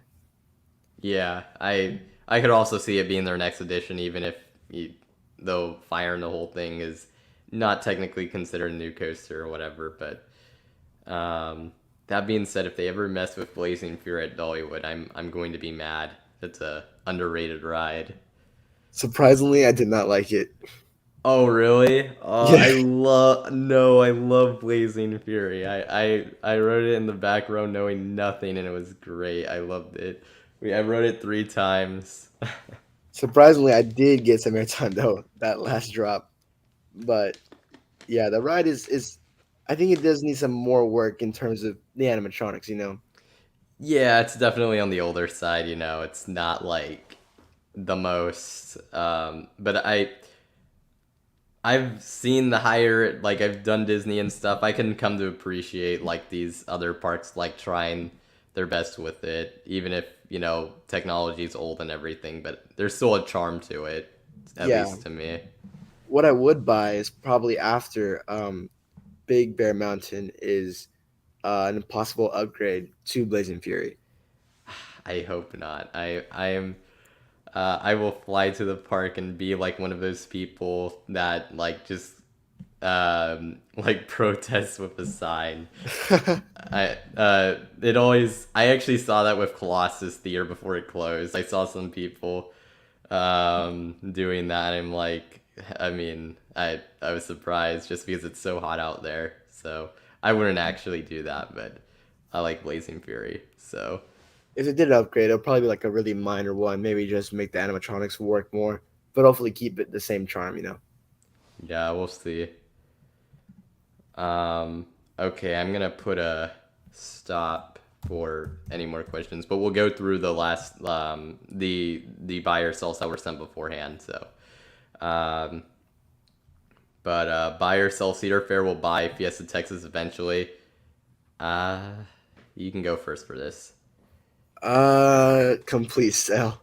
I mean, in the only exception would be if Six Flags did completely dissolve and the parks had to get sold off, but that's very, very unlikely. So I think Fiesta Texas, especially Fiesta Texas, is gonna be fine. The park that would probably be more likely of that happening would be over Texas, but again, it's still very, very unlikely. So sell. I agree with what you said in terms of over Texas. I feel like it would be more likely. Um, I forget if that sort of thing with Hershen was confirmed that they were actually looking into that. But Yeah, that was a rumor, but I like not gonna lie, I do think Hershen running over Texas would be the best thing ever. it would be interesting. But there's I'm selling this out completely. Um, I would be pretty stunned that if this happened. Although to be fair, I guess Cedar Fair. I could see the fit and where it would make sense to get over. Not over. Sorry, Fiesta Texas. But I'm selling that idea and that Yeah. happening. And even if, yeah, I don't think Six Flags would sell to Cedar Fair, especially the Texas parks, because those are the OGs. Buy or sell. You become the new CEO of Six Flags. uh, I don't even know. I'm gonna say sell. I mean, if you want, if that's your goal and you work towards it, maybe, but that would be an uphill battle to say the least. Yeah, nah, for now, I say so. If it I happens, sure, but like, yeah, no. I don't even, at least for me, I wouldn't even want to be that. I Yeah, mean, there's too there's much stuff to so do. many things that go into that, and you're gonna be killed over the things that go wrong. So, I would you know, honestly rather be a park president. yeah, there you go. Exactly. Buy or sell, Carowinds or Canada's Wonderland will get the next big Cedar Fair coaster. Ooh, okay. You can go first for this. So, okay, I mean, Canada's Wonderland, they just got that amazing wild flat ride. So, I mean, technically, they should be next for the coaster, but Carowinds got Aeronautica, which again is like just flat rides.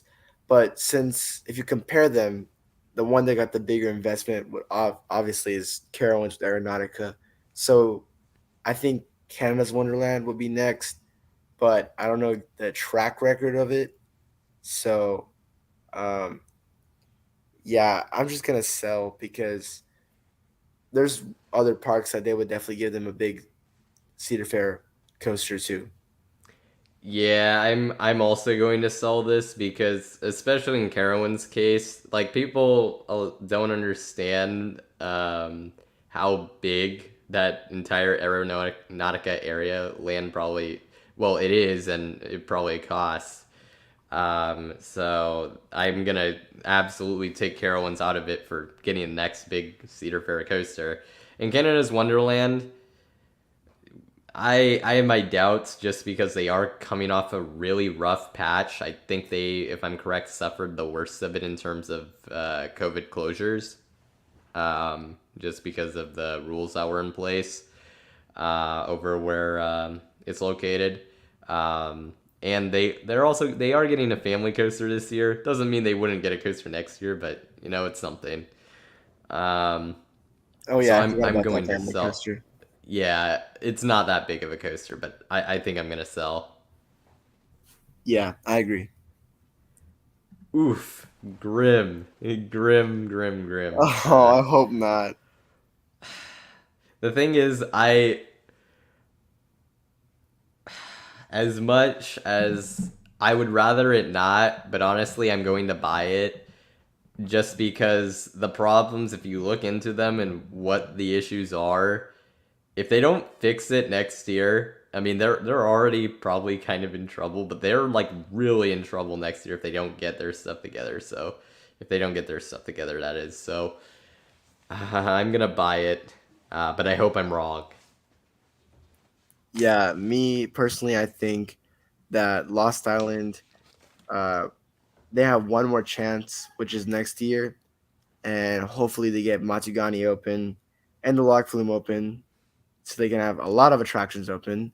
And if they fix the pricing and all the other issues for preparation of next season, then they actually have a chance of staying. If not, then sadly, this could actually happen. The thing that sucks too, and I think makes this more likely, is it's owned by the same group that has the Lost Island Water Park, which, from what I've heard, does great and it's really popular. So they can absolutely just like be like, okay, this didn't work, and it just dies. Is the other kind of thing that I'm considering with that. Um, but yeah, we'll see what transpires with Lost Island. Buy or sell. Zamperla will design a new comfortable transporter Volair model. Interesting. Valair model. Well, one, I don't think they're gonna build any more of those, but if you're saying to put on existing ones, which, hey, maybe there's a market for that. There could be. Um, I'm going to say sell though. I don't know. Um, I think those coasters. I think the parks would rather um, get something new than keep those around with like a more comfortable train. So I'm gonna say sell. Yeah, I also say sell because I honestly don't see Zamperla doing this, and I think they would just leave it the way it is currently. Yeah, I tend to agree there. Buy or sell. Hershon will acquire a New England park soon. So I'd have to look at your options there, but obviously Six Flags New England is one that would stand out of in terms of that. You have Lake Compounds. I don't think Palace is looking to get rid of it. And Six Flags New England, that I think actually was another one that got hit pretty hard with the COVID closures, but um I'm gonna say sell on that.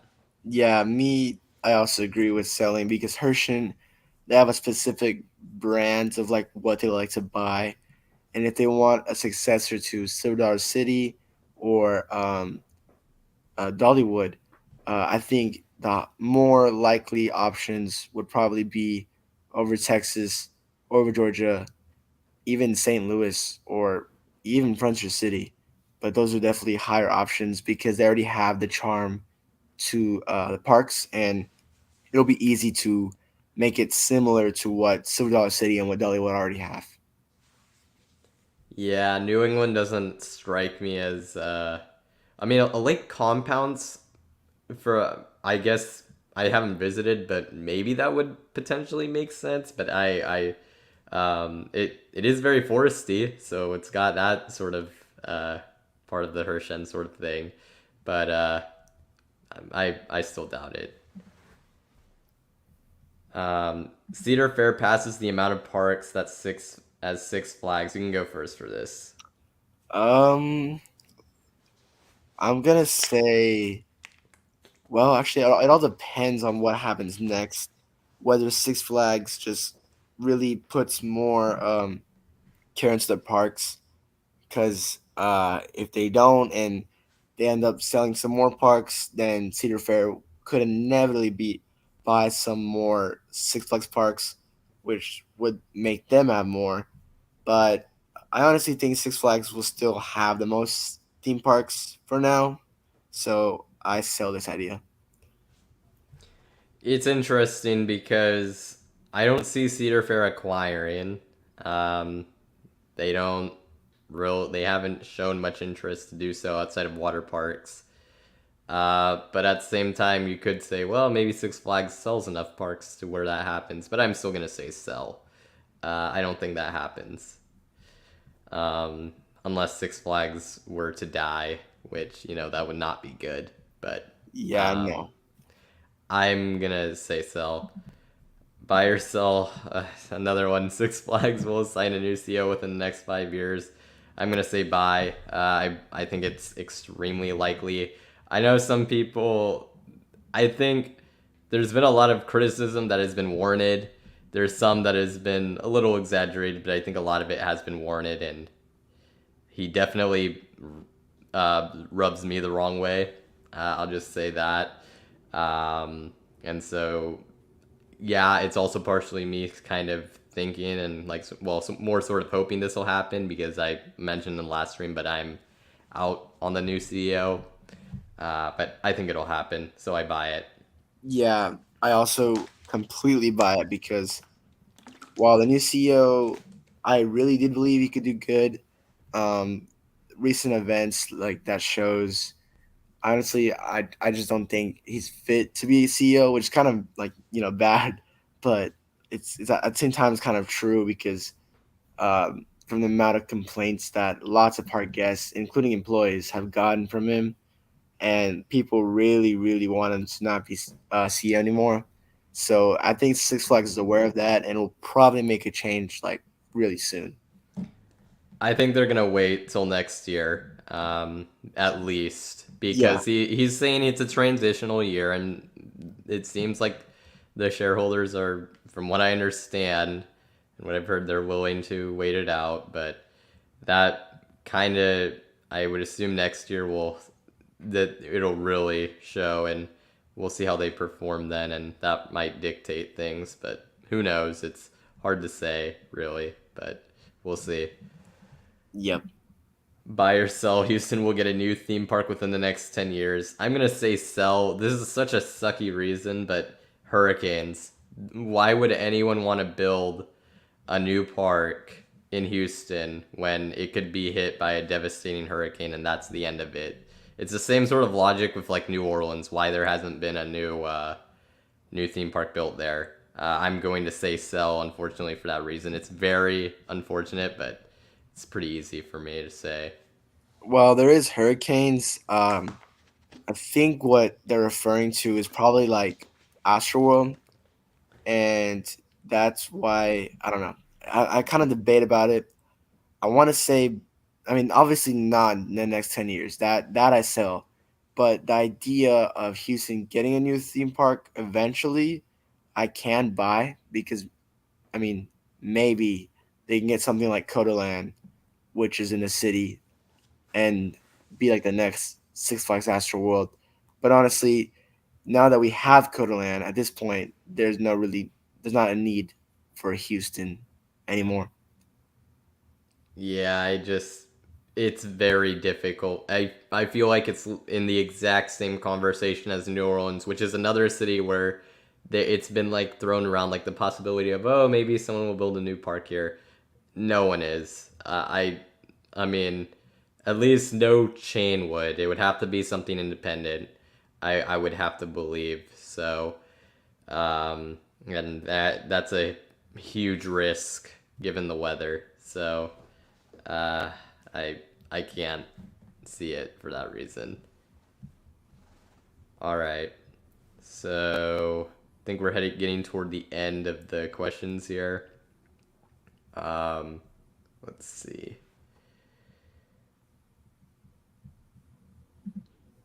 Adventureland Long Island will get their next roller coaster next decade later on. So you're asking if they'll get it by the end of uh, 20 of like the next decade later on. So like I guess I'll just say I assume you're saying within like the next I if you're saying within the next 10 years, uh, um, I'm gonna sell because I think they're pretty good with what they have, and they have so little land to work with. But um, it would be cool to see it happen. I definitely like to see it, but I don't think it's gonna happen because the park is so tiny. I think the Target like next to it is like takes up more space than the actual park does. So yeah, if you're confused with this, JB, this is I interviewed someone from this park for an interview segment, so that's why the question came in. That makes sense. Yeah, as for honestly, I'm on the same boat with you. I think it's it's not much likely. So therefore I sell that. The park looks really cool, and for anyone who's like around there, I mean, I haven't been, but I mean, I will recommend it because it just seems to be very nice and everything. It's a pretty great like little place just from the looks of it, and we got to talk about Fireball on there, and it was an interesting conversation back in that interview I did. It was really good, so if you haven't watched it, I'd highly recommend it. Went into how they sort of got through the pandemic, which is interesting to hear from someone who's from the like business side from the park because she's part of the family that owns it, and other different things with how compact the park is and everything. So it's really good. Highly recommend it. All right, I think we have our last question, which is buy or sell. Valley Fair will get a brand new invert and will remove. Um, wait, I'm confused. I I'm really confused. Are you Valley Fair? Okay, wait. So this other thing this has nothing to do with Valley Fair, right? And you're saying they're gonna remove Steel Vengeance within the next 10 years? Is that the question? OG Steel Vengeance? I'm pretty confused. Oh wait, is he saying Excalibur? Oh wait, no, Steel Venom. Okay, right. Okay, that makes sense. I Oh, couldn't Steel put Vengeance. that together. But yes, no, that's totally okay. Um, whew. I definitely think Steel Venom is removed within the next 10 years. But would they get a brand new invert? I'm going to sell because I actually think they'll get a wing coaster.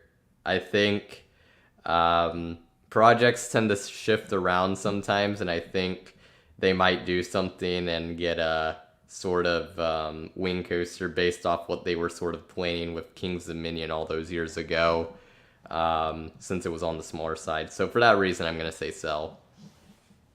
Yeah, for me, well, I mean, I've seen like I don't know if you've seen North Star Coaster's videos, but I've I seen have. yeah, I've seen lots of what he talks about the invert, and it makes me think it's possible, but at the same time, it's Cedar Fair, so will they do it? It's it's kind of just like a coin flip at this point, you know.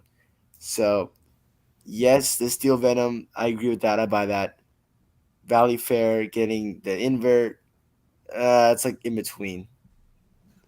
I don't even think it's like a even like I know there's like all the rumors about like how B&M people were there, and I don't know how legitimate that is, but I've heard different people talk about it.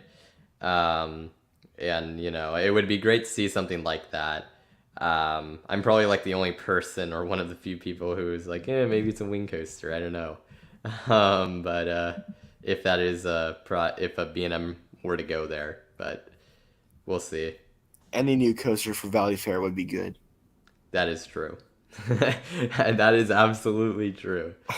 They're getting close to 20 years since their last, we'll just call major coaster with Renegade, which was 2007. They're getting close, so would be great if they got something. Yeah. Also, yeah, Excalibur, it seems to, it's always on the chopping block, but like, I've heard they got a new panel for it recently, and it just seems to be kind of pesky, so I think it'll live for a good while. It's kind of funny because it's been on the chopping block forever, it seems like, but it just never dies, and honestly, I think that's great. It looks pretty cool, so, um, yeah, that's great. Excalibur never dies. Yep. Hopefully. But that's the end of our buy or sell segment. Really good takes and a lot of them, so that was fun to go through. And next we'll go through the coaster tier list. And so this tier list was made up of coasters that either one of us, both of us, have ridden. Hopefully, that was the intent. Um, and so, with that being said, I'm going to bring up the tier list right here. And you in the chat can also help us out in determining what tiers the coasters go into. We got tiers S through F. So, that's going to be the plan. And yeah, so with that being said, we're going to go into our first coaster, which is really just a model, Vekoma Boomerangs. Where would you put this in this tier? Man, yeah, Vekoma boomerangs are Vekoma boomerangs. So personally, I think it's towards the lower end of the spectrum. So I want to say D because either it's good or it's extremely rough. So you see, I've only done Boomerang at Knott's Berry Farm, which was terrible. And Boomerang at Six Flags Discovery Kingdom, which upon my most recent ride is my least favorite coaster ever. So I would actually say F, but I do see that people in the chat also agree with D tier, so we'll put it in there. Yeah, Um, the only reason why I say D is because Fiesta Texas boomerang is actually not that bad. It's okay. and it's supposed to get better, so Yeah, new trains. yep.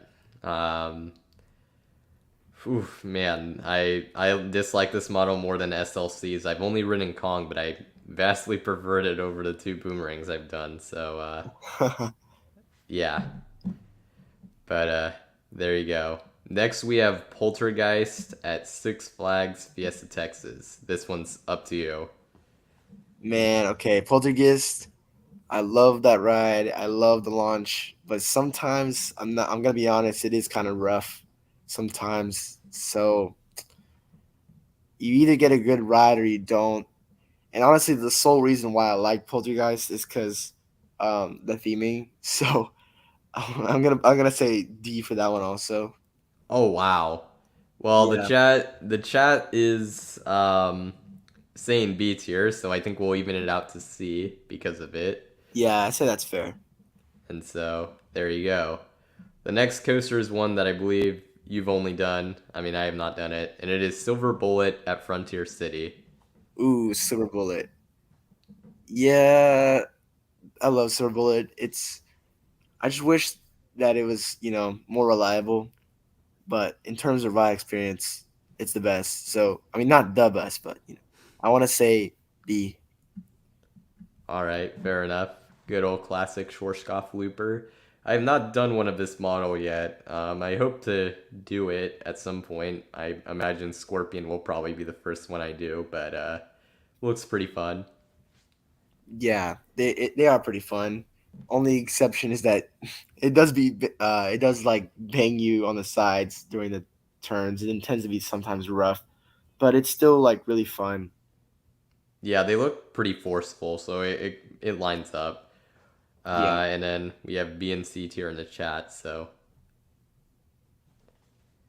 yeah. I mean, I would suggest those of you in chat, if you haven't ridden the coaster, not to vote, but I mean, I guess you could. I can't really stop you, so, um, yeah, I mean, I guess, sure, if you want, Yeah, but, you can make your guesses. yeah, I think that's fair, so you can do that if you wish. The next coaster we have is another one that you've ridden, or, that you've only ridden, and that is Texas Stingray. Ooh, Texas Stingray. That one, I'm gonna be honest, that is definitely S tier for me. Oh wow. Yeah, the coaster, smooth back row Texas Stingray is the absolute best. And to double check that it was actually as good as I thought, I actually marathon the coaster 4 times in a row. So yeah, there's that. So Roland says S, Marty says A. Man, I think we're actually gonna keep it there. I know that's an unexpected one, but hey, it looks pretty good. Really good as far as GCIs go. So there you have it. Yeah, GSAT, you can never go wrong. I You mean, wrote it sometimes. 12 times on your visit. Nice.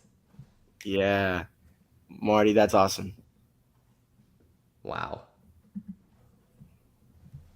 All right, next we have Georgia Scorcher at Six Flags Over Georgia. I've done it. I forget. Had you been to Over Georgia or no? Yes, I've done that one too. Oh, okay, you have. So great. This one I have in C tier. It's a solid looping coaster, but it's not anything too special, especially as far as B&M loopers go. It's pretty short, and it's nothing too crazy. But I do like the twister section toward the end. The straight down first drop is pretty good. So yeah. Yeah, I definitely have to agree with that ranking because that was my first stand up coaster, but in terms of layout and experience, it was pretty short. Nothing special. Riddler's Revenge would obviously be way better, but yeah, C tier is definitely a good spot. So Stamford Bridge actually says A tier, which I will say I did write it toward the front. So, the drop would have been so much better in the back. Yeah, I also written Um, it towards like the front. I think it was second row. I would have written it towards the back, but I was writing with my uh, with my younger brother, so I was like, I'm not gonna chance it. So um, that if I do go back, I'll definitely make sure to do that because that would have I think it would have raised my opinion a little more, assuming it rides fine there. It rode fine in the front, so but I guess we'll put it in B. So there you go. All right, next we have Batman clones, I suppose. Where are you at with this one? Oh man, they differ so much. Like you expect them to be the same, but honestly, they're so different. Like Batman over Texas, definitely one of the worst Batman clones because that one is rough for sure. But like, if we're talking about all the Batman clones, even outside of Six Flags, like what's it called, Great White, I see it with San Antonio. That one's definitely one of my favorites because of how smooth it is. And Goliath runs better than Batman. But in terms of comparing them together, I want to say B. I can agree with that because I've only done two. The one at Over Georgia I'd put in A tier. I think it's unbelievably good. It is, at least in my experience, it really does run noticeably faster, it feels like, compared to the others. It is a next level of insanity, and these rides are already really intense, so and the one at Magic Mountain, I don't know, I haven't ridden it in years, so I think I'd like it more had I done it, but I definitely don't like it as much as the Over Georgia one, so I'll put it in B. I think that's pretty fair. Yeah, the one over Georgia, I've heard so many great things about it. And sadly, I didn't get to do it when I went during my visit because it was so packed. And Oh, I just assumed it was like the same Batman clones. I was like, yeah, I'm not gonna wait 2 hours for that. yeah, it's definitely, it's different. I can attest to that anyways, so it is mind-blowing how crazy it runs. Yeah, they all seem to differ. So it's basically just it depends on which Batman clone. Yeah, I guess that's true. The next one we have is Gold Striker at California's Great America. I'm pretty sure I'm the only one who's done this. Yeah, I've not done that. I'm putting this in A tier. One of the better wooden coasters I've done it, although it's definitely fallen off the rankings after, wooden coaster rankings after doing the Holiday World Woodies, Mystic Timbers, But it's still very good. Um, I I would love to write it now since it did just recently get that retracking.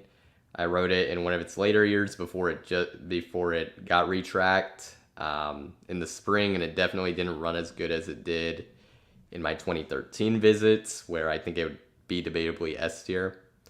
But it is really good, really rapid transitions, pacing. It's relentless from start to finish, and it's got that cool tunnel drop too, which is really sick. So really good. Yeah, I've seen. I mean, I haven't been able to ride it, of course, but I've seen videos of Ghost Striker, and yeah, it looks like honestly, it looks like it'll ride really good, and probably would be one of my favorites. Yeah, yeah. I rode it in 2019 as well. So and I had more of the jackhammering sort of experience. So that was a little closer to what I got, unfortunately. But even then, it's still got a really good layout, so it still is enjoyable for sure. The next coaster we have is oh boy, The Lanaga um, Mine Train. Oh wait, no, sorry. yeah. Yeah, the Lanaga Mine Train. What are your thoughts on this one? Um, I usually compare it to Runaway Mine Train at over Texas because they're actually clones. But Runaway Mine Train is definitely one of the better versions of it. I'd Delonica for hope some so. reason, yeah, yeah. Delonica for some reason is just rougher. I don't know why, but it is, and so I want to say C tier. I say D tier. It's not quite F because I reserve F for like coasters I truly despise, and this coaster I thought really was not good, but it wasn't. Um, it certainly wasn't one of the worst, absolute worst coasters I've ridden. I did not enjoy it though. It was noticeably pretty rough, and even the final drop wasn't honestly all that great. Yeah, it seemed to slam you around a lot. I don't know why. This is the one at Over Georgia. Uh, Yeah, but though um, what I can admit is that the one in Magic Mountain, that's one of the better mine trains I've ridden for sure. oh, Gold Rusher, yeah, Gold Rusher's actually, yeah, it definitely is up there for me as well. Yeah. That one, definitely an underrated coaster at that park for sure. The next coaster we have, and I put it in C tier because you and Stanford said C, so figured that made sense. Next coaster we have is Judge Roy Scream. At least I'm pretty sure that's what it is. Yes. Ooh, you're gonna Your thoughts scream. on this one? Yeah, that's Judge Will Scream is definitely towards my least favorites. It's not my least favorite, but it's definitely down there, and that's mainly because of how rough it is, and it's like really nothing impressive, very very rough, and it's only fun when you do it with a group of friends because the whole point of it is it being rough.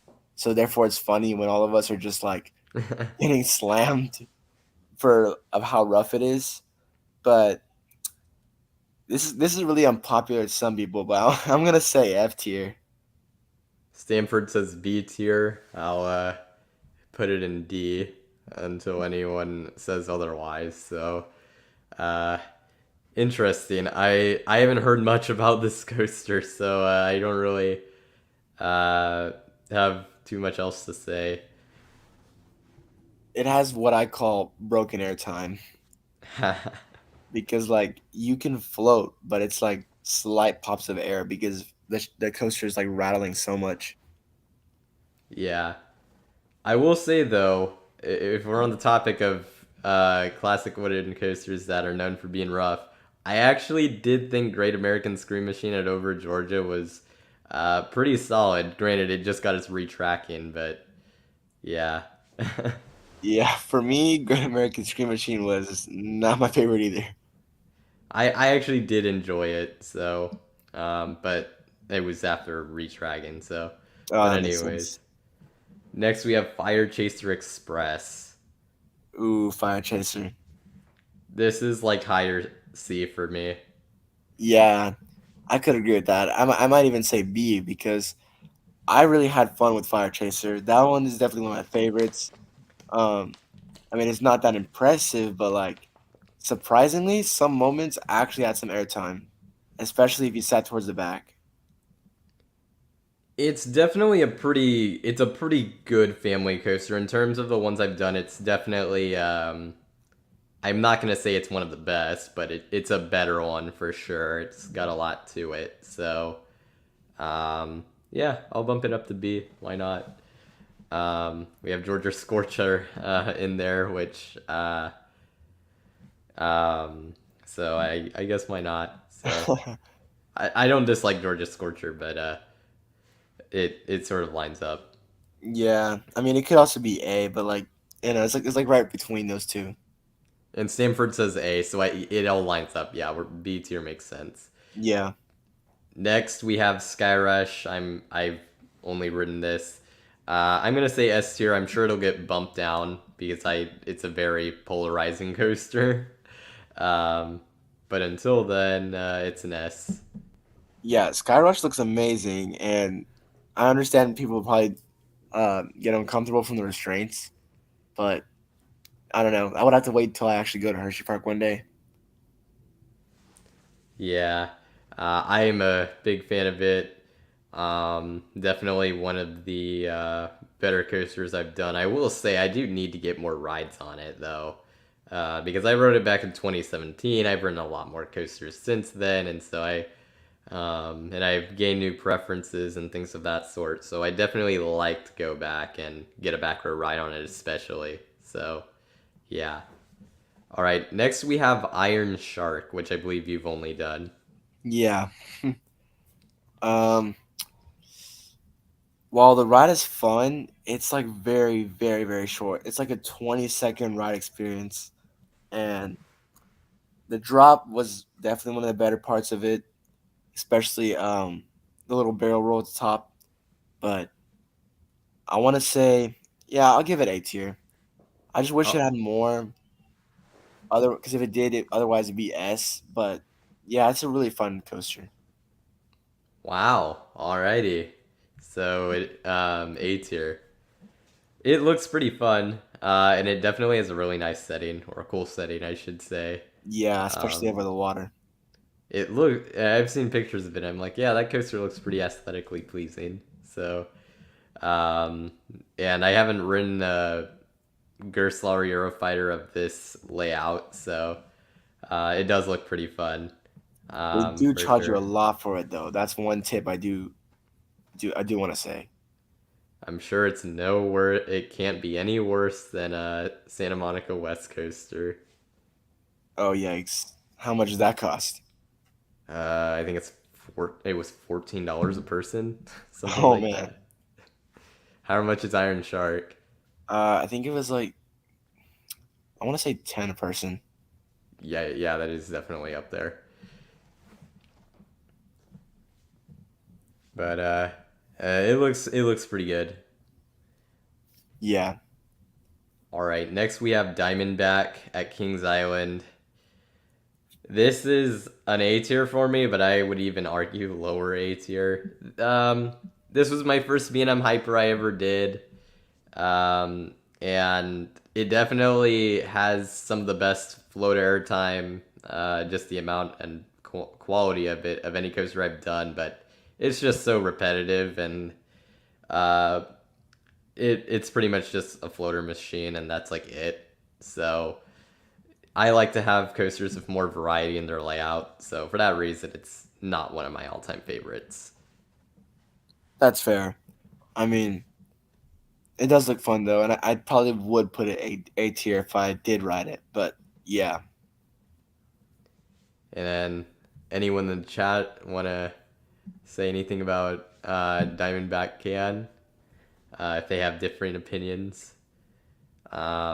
But with that being said, I'll move on to the next coaster, which is, I guess, another one that, yeah, Diamondback is the one, like Kings Island. All right. Next, we have Mystic Timbers. This is one of my favorite wooden coasters. I would actually put this in S tier, which before I wrote it, when I heard people saying this was like one of the better wooden coasters out there. I was just like, what? How? But I wrote it. This thing's really good. Relentless pacing and so many airtime moments that are really good. And the wooden setting is also really good with this ride. So, and I even thought the first drop was actually pretty underrated. So I have this in S tier. Really good for me. Yeah, I would assume it's probably up there. I mean, I've heard so many good things about it. Stanford and Marty are saying A tier. I got to go on this. I believe it was 5 times, so I got a good amount of rides on it. So, but yeah, we can stick it into lower A. I can agree to that. Next, we have Medusa at Six Flags Discovery Kingdom. I think this is another one I've only ridden. This is a lower A tier for me. Definitely one of the better B&M loopers I've done. It's just very intense and has one of the better layouts of the B&M loopers I've done. It also has that straight down first drop, which is really good. And it's pretty smooth. So all in all, really good ride. You wish it wasn't on the parking lot, but other than that, it's pretty good. So yeah, low A tier. Yeah, I would agree with that. I mean, if I compared it with Superman at Fiesta, Texas, it'd probably be up there too. Yeah, which that's what I need to do. And actually, great timing because the next one is Superman Krypton Coaster at Six Flags Fiesta Texas. Superman, yeah. Um, yeah, it's definitely between A and S. It's not completely amazing, but I do love it because scenery is absolutely awesome. Um, the loop, you actually do get some hang time from it sometimes, so that's fun. And yeah, overall, just a great coaster. So I could either go S A. It's like it's between them for real. All right, well, we have in chat B tier, and then you said between S and A, so I think A tier is fair. Next, Yeah. we have. Oh, wait, sorry, you were going to say something? No, I'm just saying. Yeah, that I agree with that. Next, we have Ninja at Six Flags Magic Mountain. Were you able to do this one? Yes, I did. Okay, great. What are your thoughts? I actually love Ninja. It was so much fun, and obviously it's a family coaster, but man, I actually liked it, especially the swinging motion of it. It had some more extreme to it. Um, so for that, honestly, I give it an A. Oh wow. I had it in B, which it's funny because earlier on, I didn't like Ninja, but in my more recent rides, I've really grown to really like it, to the point where it is one of my more preferred family coasters. So I definitely would say in B tier, and the chat would agree. But it is a very fun ride, so I can definitely agree to that, for sure. And it is my favorite suspended coaster I've done thus far. Unfortunately, I was not able to do bad at Kings Island because it was still getting repairs. But really good suspended coaster. Yeah, it definitely is. Next, we have Sierra Sidewinder at Knott's Berry Farm. Were you able to do this one? Man, sadly, I missed the credit for that one. Ah, man. Yeah, but if I did ride it, it'd probably be there with Fire Chaser because it looked like so much fun. This is another one that I would put in B tier. This is another one of the better family coasters. It's really intense. Um, and hey, I've actually think ridden this more at night than during the day at this point, which is kind of funny. Um, Not saying it gives an exceptional night ride or anything, but it's fun. So I'm also gonna go for B tier for this. I saw Marty has that in chat. So Parks with Point C. Yeah, we'll put it in B tier. I think it was pretty good. Alrighty, next we have Wild Eagle at Dollywood. That I did ride, and that I absolutely love. Oh, That really? one, yeah, I don't even know. I mean, obviously, it's my first being an M wing, so of course I'll say it's amazing. But truthfully, back row, Wild Eagle was amazing. So this is like a personal opinion. and not everyone might agree, but I might say yes. Whoa. Yeah, Yeah, we're gonna have so chat actually does agree with you that it's quite good. They have it at B plus. I was not impressed with this coaster. Now, granted, this was the third wing coaster I've done, and I mean, I it was interesting, but I don't know. It's just kind of to me it felt like a very weird ride. That first drop is really good. I'll give it that. Um, and I did do both front and back. I actually did prefer the front just because of the sense of speed. Um, but I don't know. It just kind of seemed weird because it does really have like more of a floorless coaster layout, but with wing trains. But it's not like it doesn't have the intensity of a floorless. So I just thought it was a bit of a weird ride. So I have it in C tier. But the chat and you seem to really like it, so I'm gonna put it in A tier. I think that yeah, works that's out. valid. All right. And the last one we have is one that I believe you've written. It is Wildcat at Frontier City. Yeah, I did ride that. Um, Wildcat, surprisingly, despite it being smaller than, I mean, not that smaller than Judge's Scream, but slightly smaller than Judge's Scream, and having a little bit less of a layout, it's actually way better than Judge's Scream. And like, I actually have fun in it. So I'm actually gonna say B. Wow. All right. And C plus. So I guess B will put it in for now until we get much else. But Sanford Bridge to C plus. I've heard not very good things about this ride, so that's good to hear some positives about it for sure. Yeah, Night Ride, Wildcat, so much fun, especially last row. And like, it's, I mean, it's not too rough to the point where it's just unrideable like JoJo's Scream. Wildcat just has like the right amount. Yeah, I mean that's always what you look for. So there you go. Wildcat at Frontier City and B tier, and that is our tier list. Definitely an interesting one, as these always are. It's always interesting to see where these sort of line up. But yeah, there we go, and that's the tier list. So with that being said, we're gonna move on to our final segment before the final Q&A. And this is topics to discuss. These are questions I have for JB Thrills here. So I have three questions that I have made beforehand. And the first one is one that I should ask more people when they come on. It's always interesting to kind of hear about this sort of thing.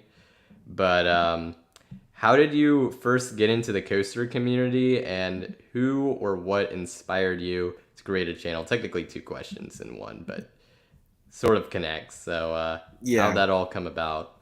So for me, I always loved roller coasters since I was like 6 years old. Like I would watch Insane Coaster Wars, if you know that show.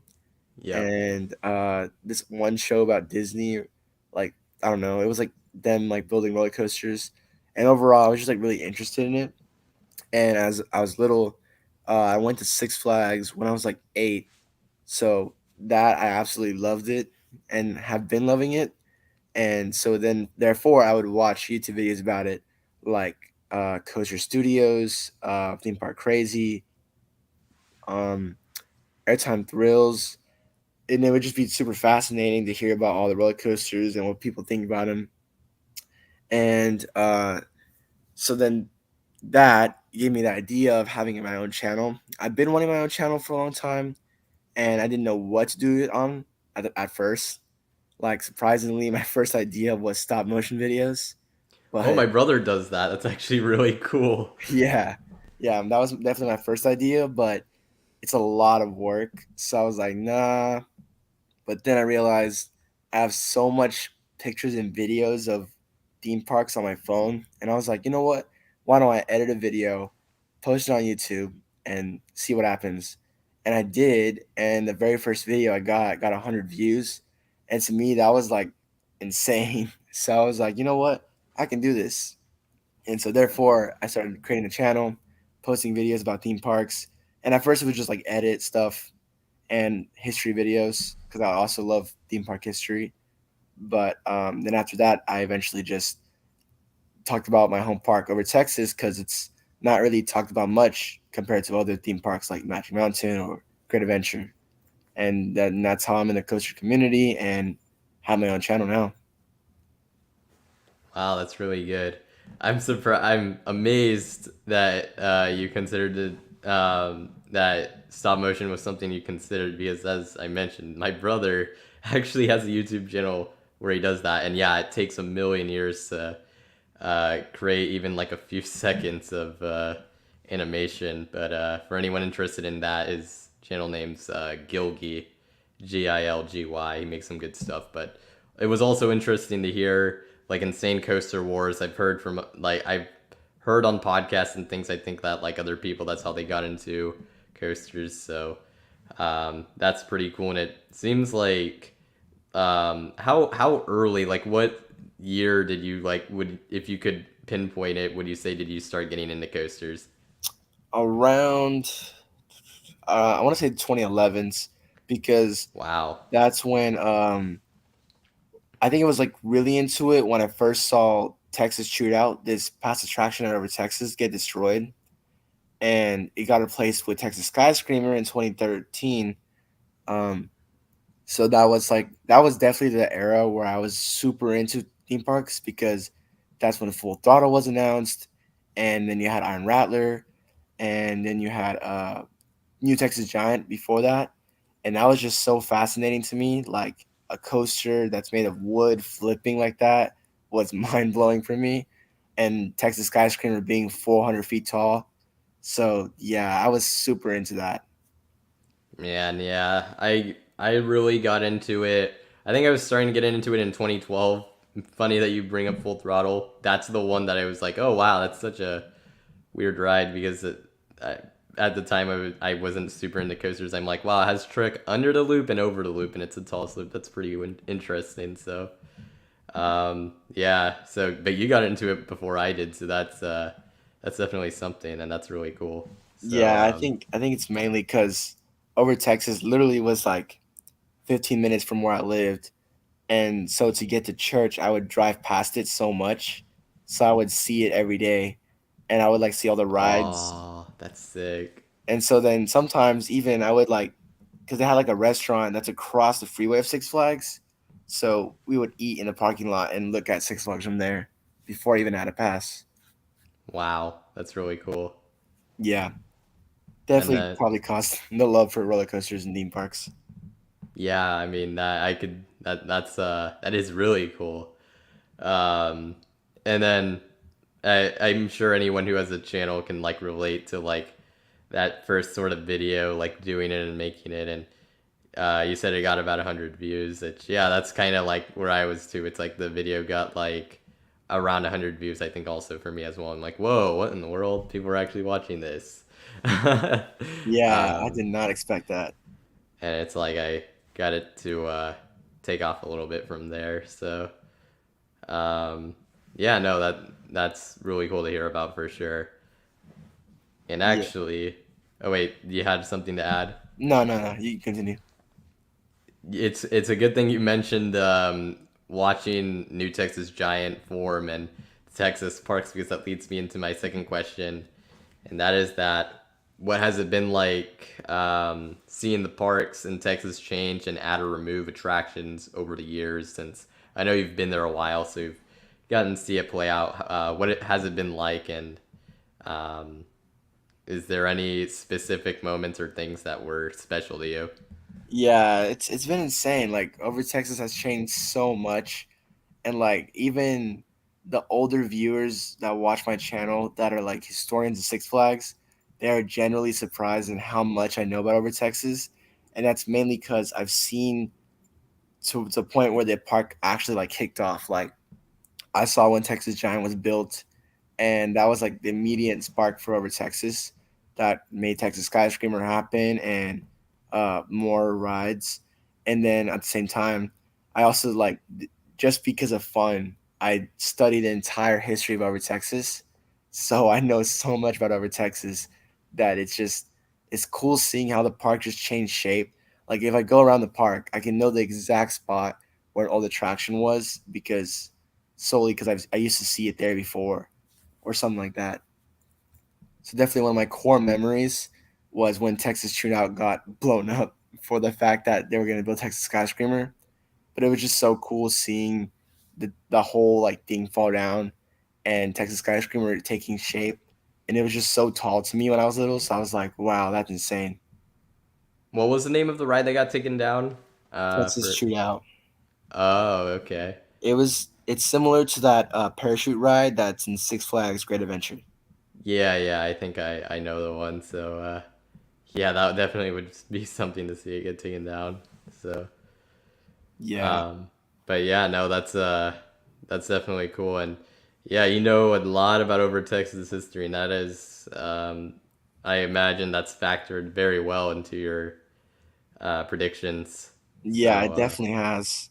Because you can see patterns throughout history, so it makes it easier to predict things. yeah, for sure. And I think that's a good segue to my third question, which is relates to your predictions because you've become pretty well known for getting things right.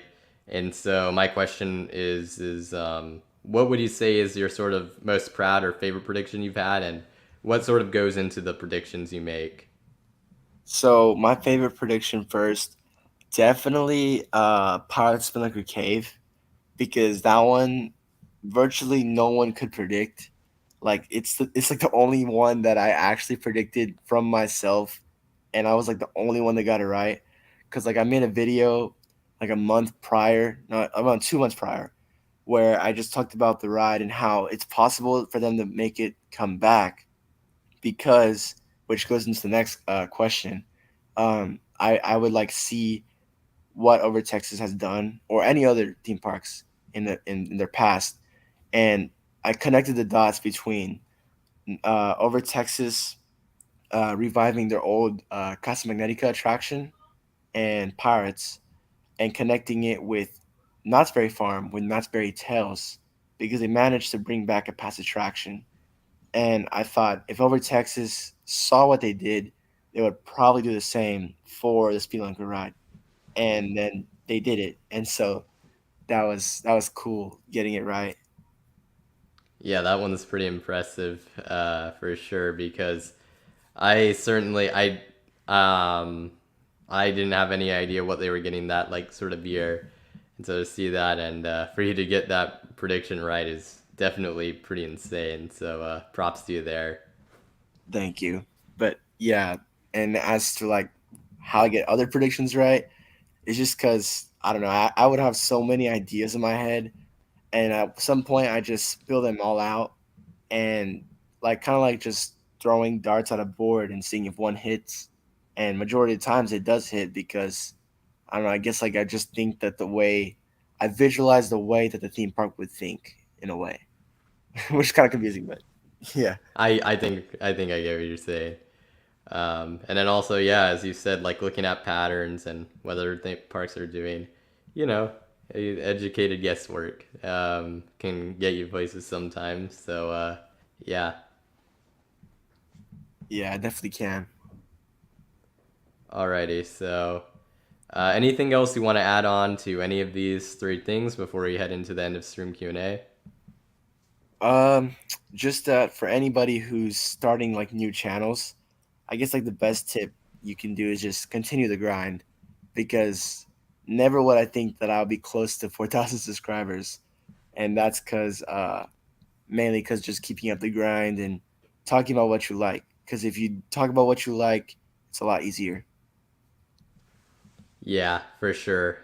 Doing content, like the kind of content, to me, I've said the content that if you want to see the content you should do is the content that you would like imagine you would want to see is kind of where how I think of it. So I think that definitely um, lines up in that way. So I think that's a very good tip there.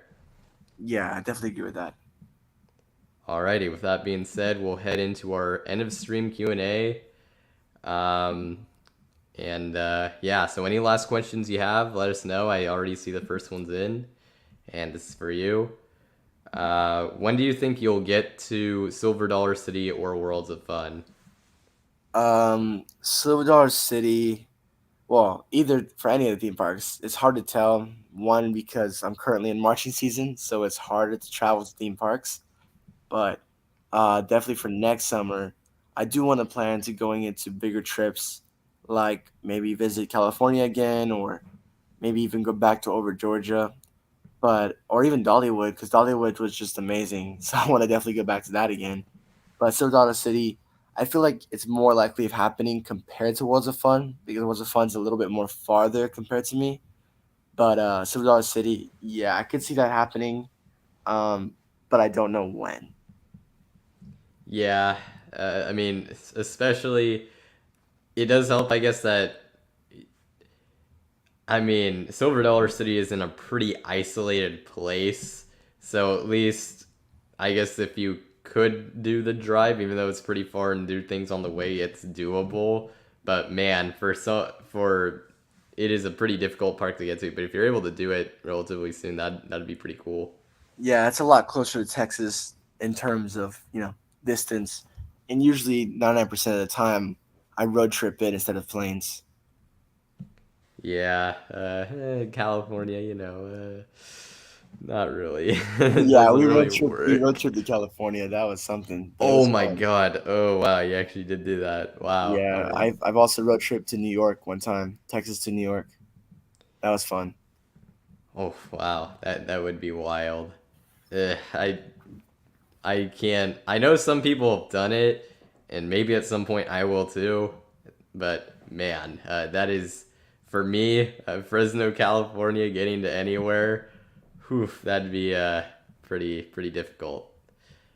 Um, and that would be a long drive to anywhere. Yeah, which is understandable.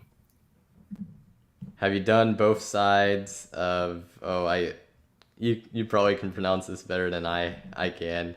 El Aserradero. It's Hispanic. Yeah, yeah. But yeah, yeah, I've done both sides of them.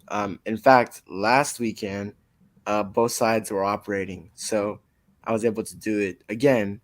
But when it first, the original side that opened, uh, which was like I don't know 4 months ago, I was able to do that. So officially, I've ridden both sides of El Salvador. So that's cool. I'm looking. Oh, so this is the log flume. Yeah, this is the log flume, and they have two sides. The original side, which opened in 1961 with the park opening, and the second side opening later. But the second side is the one that's always open, and the first one, the original, has been closed for a long time. Not until last year when they originally opened it again. And so I was able to get the credit of the first side last year, and officially I've ridden it 3 times. Nice. I was about to say, yeah, I'm pretty sure, and Stamford Bridge, I think, is right on this. It's the first log flume, I'm pretty sure, so Yeah, it's the world's first log flume. pretty impressive. Yeah, definitely a piece of history. Imperial Coaster asks if you have a prediction for Frontier City.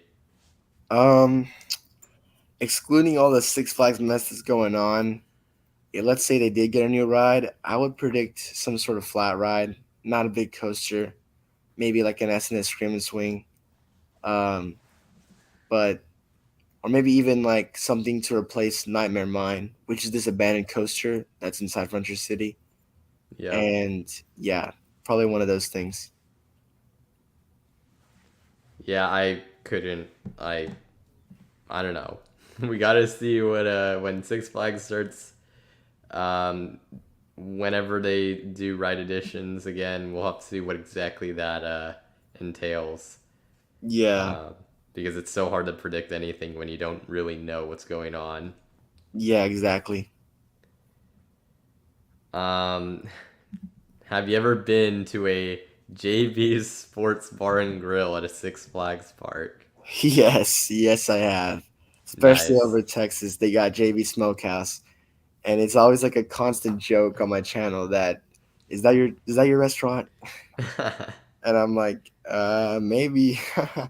And it's funny because one time I went and Six Flags started to do like these walk around characters, and they added these two cowboys in front of JB's, and he's supposed to be JB, and I was Ah, vlogging that day. So he was like, "Are you JB?" And I was like, "No, are you JB?" And it was just so funny. oh, that's good. That's pretty good. Yeah, I have surprisingly not eaten at one of those. I'm pretty sure. I'm trying to remember. I would like stay over. Georgia has one of these. yeah. I think every Six Flags park has probably one. I'm not sure Magic Mountain does. Yeah, no, Magic Mountain has the full throttle one instead. Yeah, that would be it, right. Um, are there any other ones that don't have it? I think Discovery Kingdom has one. I I feel like, and I Yeah, didn't I don't go. know for sure because I've never been there before, but I feel like they might. Stanford says they do. Well, there we Um, go. I don't recall there being one at Six Flags Mexico. Oh Um, yeah, Six Flags Mexico has some really different, unique eating options. yeah, they got some good stuff over there. Yeah, I wish I could have what they're having. Yeah. Um, I can't recall them having it, but maybe they do. I doubt it, but I don't know. That'd be nice. Um, because usually they put that sort of, if they can, in like sort of a western area, right? And Six Flags Mexico does have like where the Medusa Steel area is. It is western themed, but I don't recall them having that. So Yeah, they have some different advertisement for Six Flags. It's kind of like disconnected. Like they would, some of it's the same, some of it's different. I do believe they had chopsticks. yeah. Like I know they do some weird marketing things there too. Like I think for one day they had like a Ghostbusters thing, and it was I don't know that was fascinating. Yeah, they did have some sort of Ghostbusters attraction that when I was there, I didn't do it because it was like an upcharge or they had something, but I did know it was there and I was like, huh, that's kind of weird. Yeah, And by the way, Six Flags Mexico guys, I know it's really out of the way, but you know, if you ever get the opportunity, it's a pretty fun park with an amazing top too. So I highly recommend it. yeah, it's on my bucket list. I really want to go there one day. Yeah, the only thing is, um, operations like dispatch times weren't bad, but when I was there during the technically the off season, but I had to go on Valentine's Day because that was the day that I could go, and it was packed. So I had to get spring for their flash pass system, which was like a hole punch system. So Oh yikes! it was pretty cheap though. 10 rides for $20 or something like that. Oh, that's not bad. Yeah, it was really cheap. I also got my season pass there for $40. Couldn't do that now. I can't do that nowadays. Yeah. Um, it was good for all the parks, so I'm like, why not? Let's see. At Frontier City, did that airtime moment at the end of Silver Bullet surprise you? I don't think it. Well, actually, it did because I didn't think Silver Bullet would have any airtime, even though I compared it to Shockwave. Um, yeah, I didn't expect it because it's more of a spiral layout, so I didn't think it would have any airtime. But surprisingly, it did, and so I mean, it wasn't that big, but it was something that I was like, wow, it doesn't have airtime. Yeah, it does have a kind of more like low to the ground twister layout, so that is surprising. Or maybe not. It's not all low to the ground, but there's chunks of it that are. Yeah, Um. Oh wait, my bad. You but were gonna say something. no, I'm just saying, yeah. Switchback. Better forwards or backwards? I have not ridden Switchback. That's the one coaster in Texas that I need to get to, but it's just so far out of the way that I haven't had a chance to get there. So hopefully one day. The original plan last year actually was on the way back from California was to stop by ZT's and ride Switchback, but I didn't have the time to get there, so I had to miss it. Yeah, no, you're not kidding. I looked into. There was one year where it was possible I was going to San Antonio, so I looked into it, and I'm like, and I was looking at obviously Six Flags Fiesta, Texas, SeaWorld, San Antonio, and I looked at Switchback. I'm like, man, it's a pretty good ways away from everything. So it's just kind of like I don't know how I would how you justify that, but yeah, it's a bit elusive and pesky in that way. It seems like. Yeah, and I wouldn't want to drive all the way over there just for it not to be open. Oh my, yeah. I mean, you could like call them or something, and you could do that. I unfortunately made the mistake of not doing that with my first visit to the Santa Monica Pier. Granted, it wasn't super out of the way for me to get to, but still, we went there and West Coaster was closed when I went, Oh, which I'm like, well, that sucks. The second time I made sure to message and make sure it was open, and it was all good. So I got the credit, and it's actually a decent little coaster. It does have a little bit of airtime, and it's a nice little scenic ride. So it's not worth the money, but you know it's a if you want to get the credit, I wouldn't like not recommend it. Basically, yeah, that makes sense. your top two bucket list parks outside of North America. Probably, of course, Energylandia, and surprisingly, Park and Warner Brothers Madrid. Ooh, is it because of the new Intamin or is it some other reason? Even before the new Intamin, I've been wanting to ride that coaster, or just go to that park because the amount of theming it has, and it just looks so cool. That is a unique one for sure. I've already I think answered this question in the past, but Tokyo Disney Sea and like a toss up between Fantasia Land and Europa Park for me. So yeah, those are my top two. Oh yeah, Europa Park is also a good choice too. Yeah.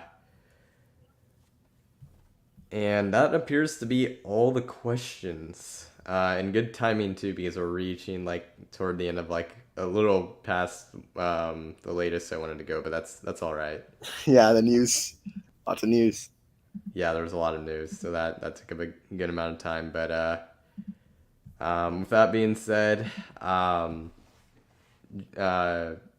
JB, Josh, if you have any last things you want to say before we head out here, now would be the opportunity. Just that. Thanks for including me in the stream and letting me be your guest on this awesome live stream that you got. And I hope to see some more live streams. And thanks for everyone for coming to watch and ask questions and participate.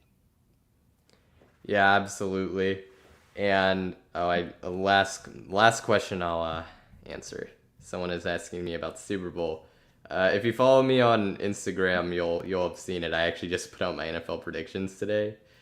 Um, and I have the Bucks winning the Super Bowl. Kind of basic, but yeah. Um, but anyways, with that being said, huge thanks to Josh from JB Thrills for coming on. It's very much appreciated, and it was great having you on. You were a great guest, and yeah, awesome having you on. Thank you. It was a lot of fun today for sure. Absolutely, and for all of you watching, as always, it's always great to have you on, and I plan to do more in terms of coaster time. Some new stuff should be coming your way with new guests and new episodes, so that should be exciting. I'm working on trying to bring back the interview series, so that's definitely something in the works. And I'll be going to Disney California Adventure next week. I don't know why I didn't mention that until now, but that is something I'm doing. But with all of that being said, thank you all for watching, and I'll see you all next time here on Coaster Hour. See you guys.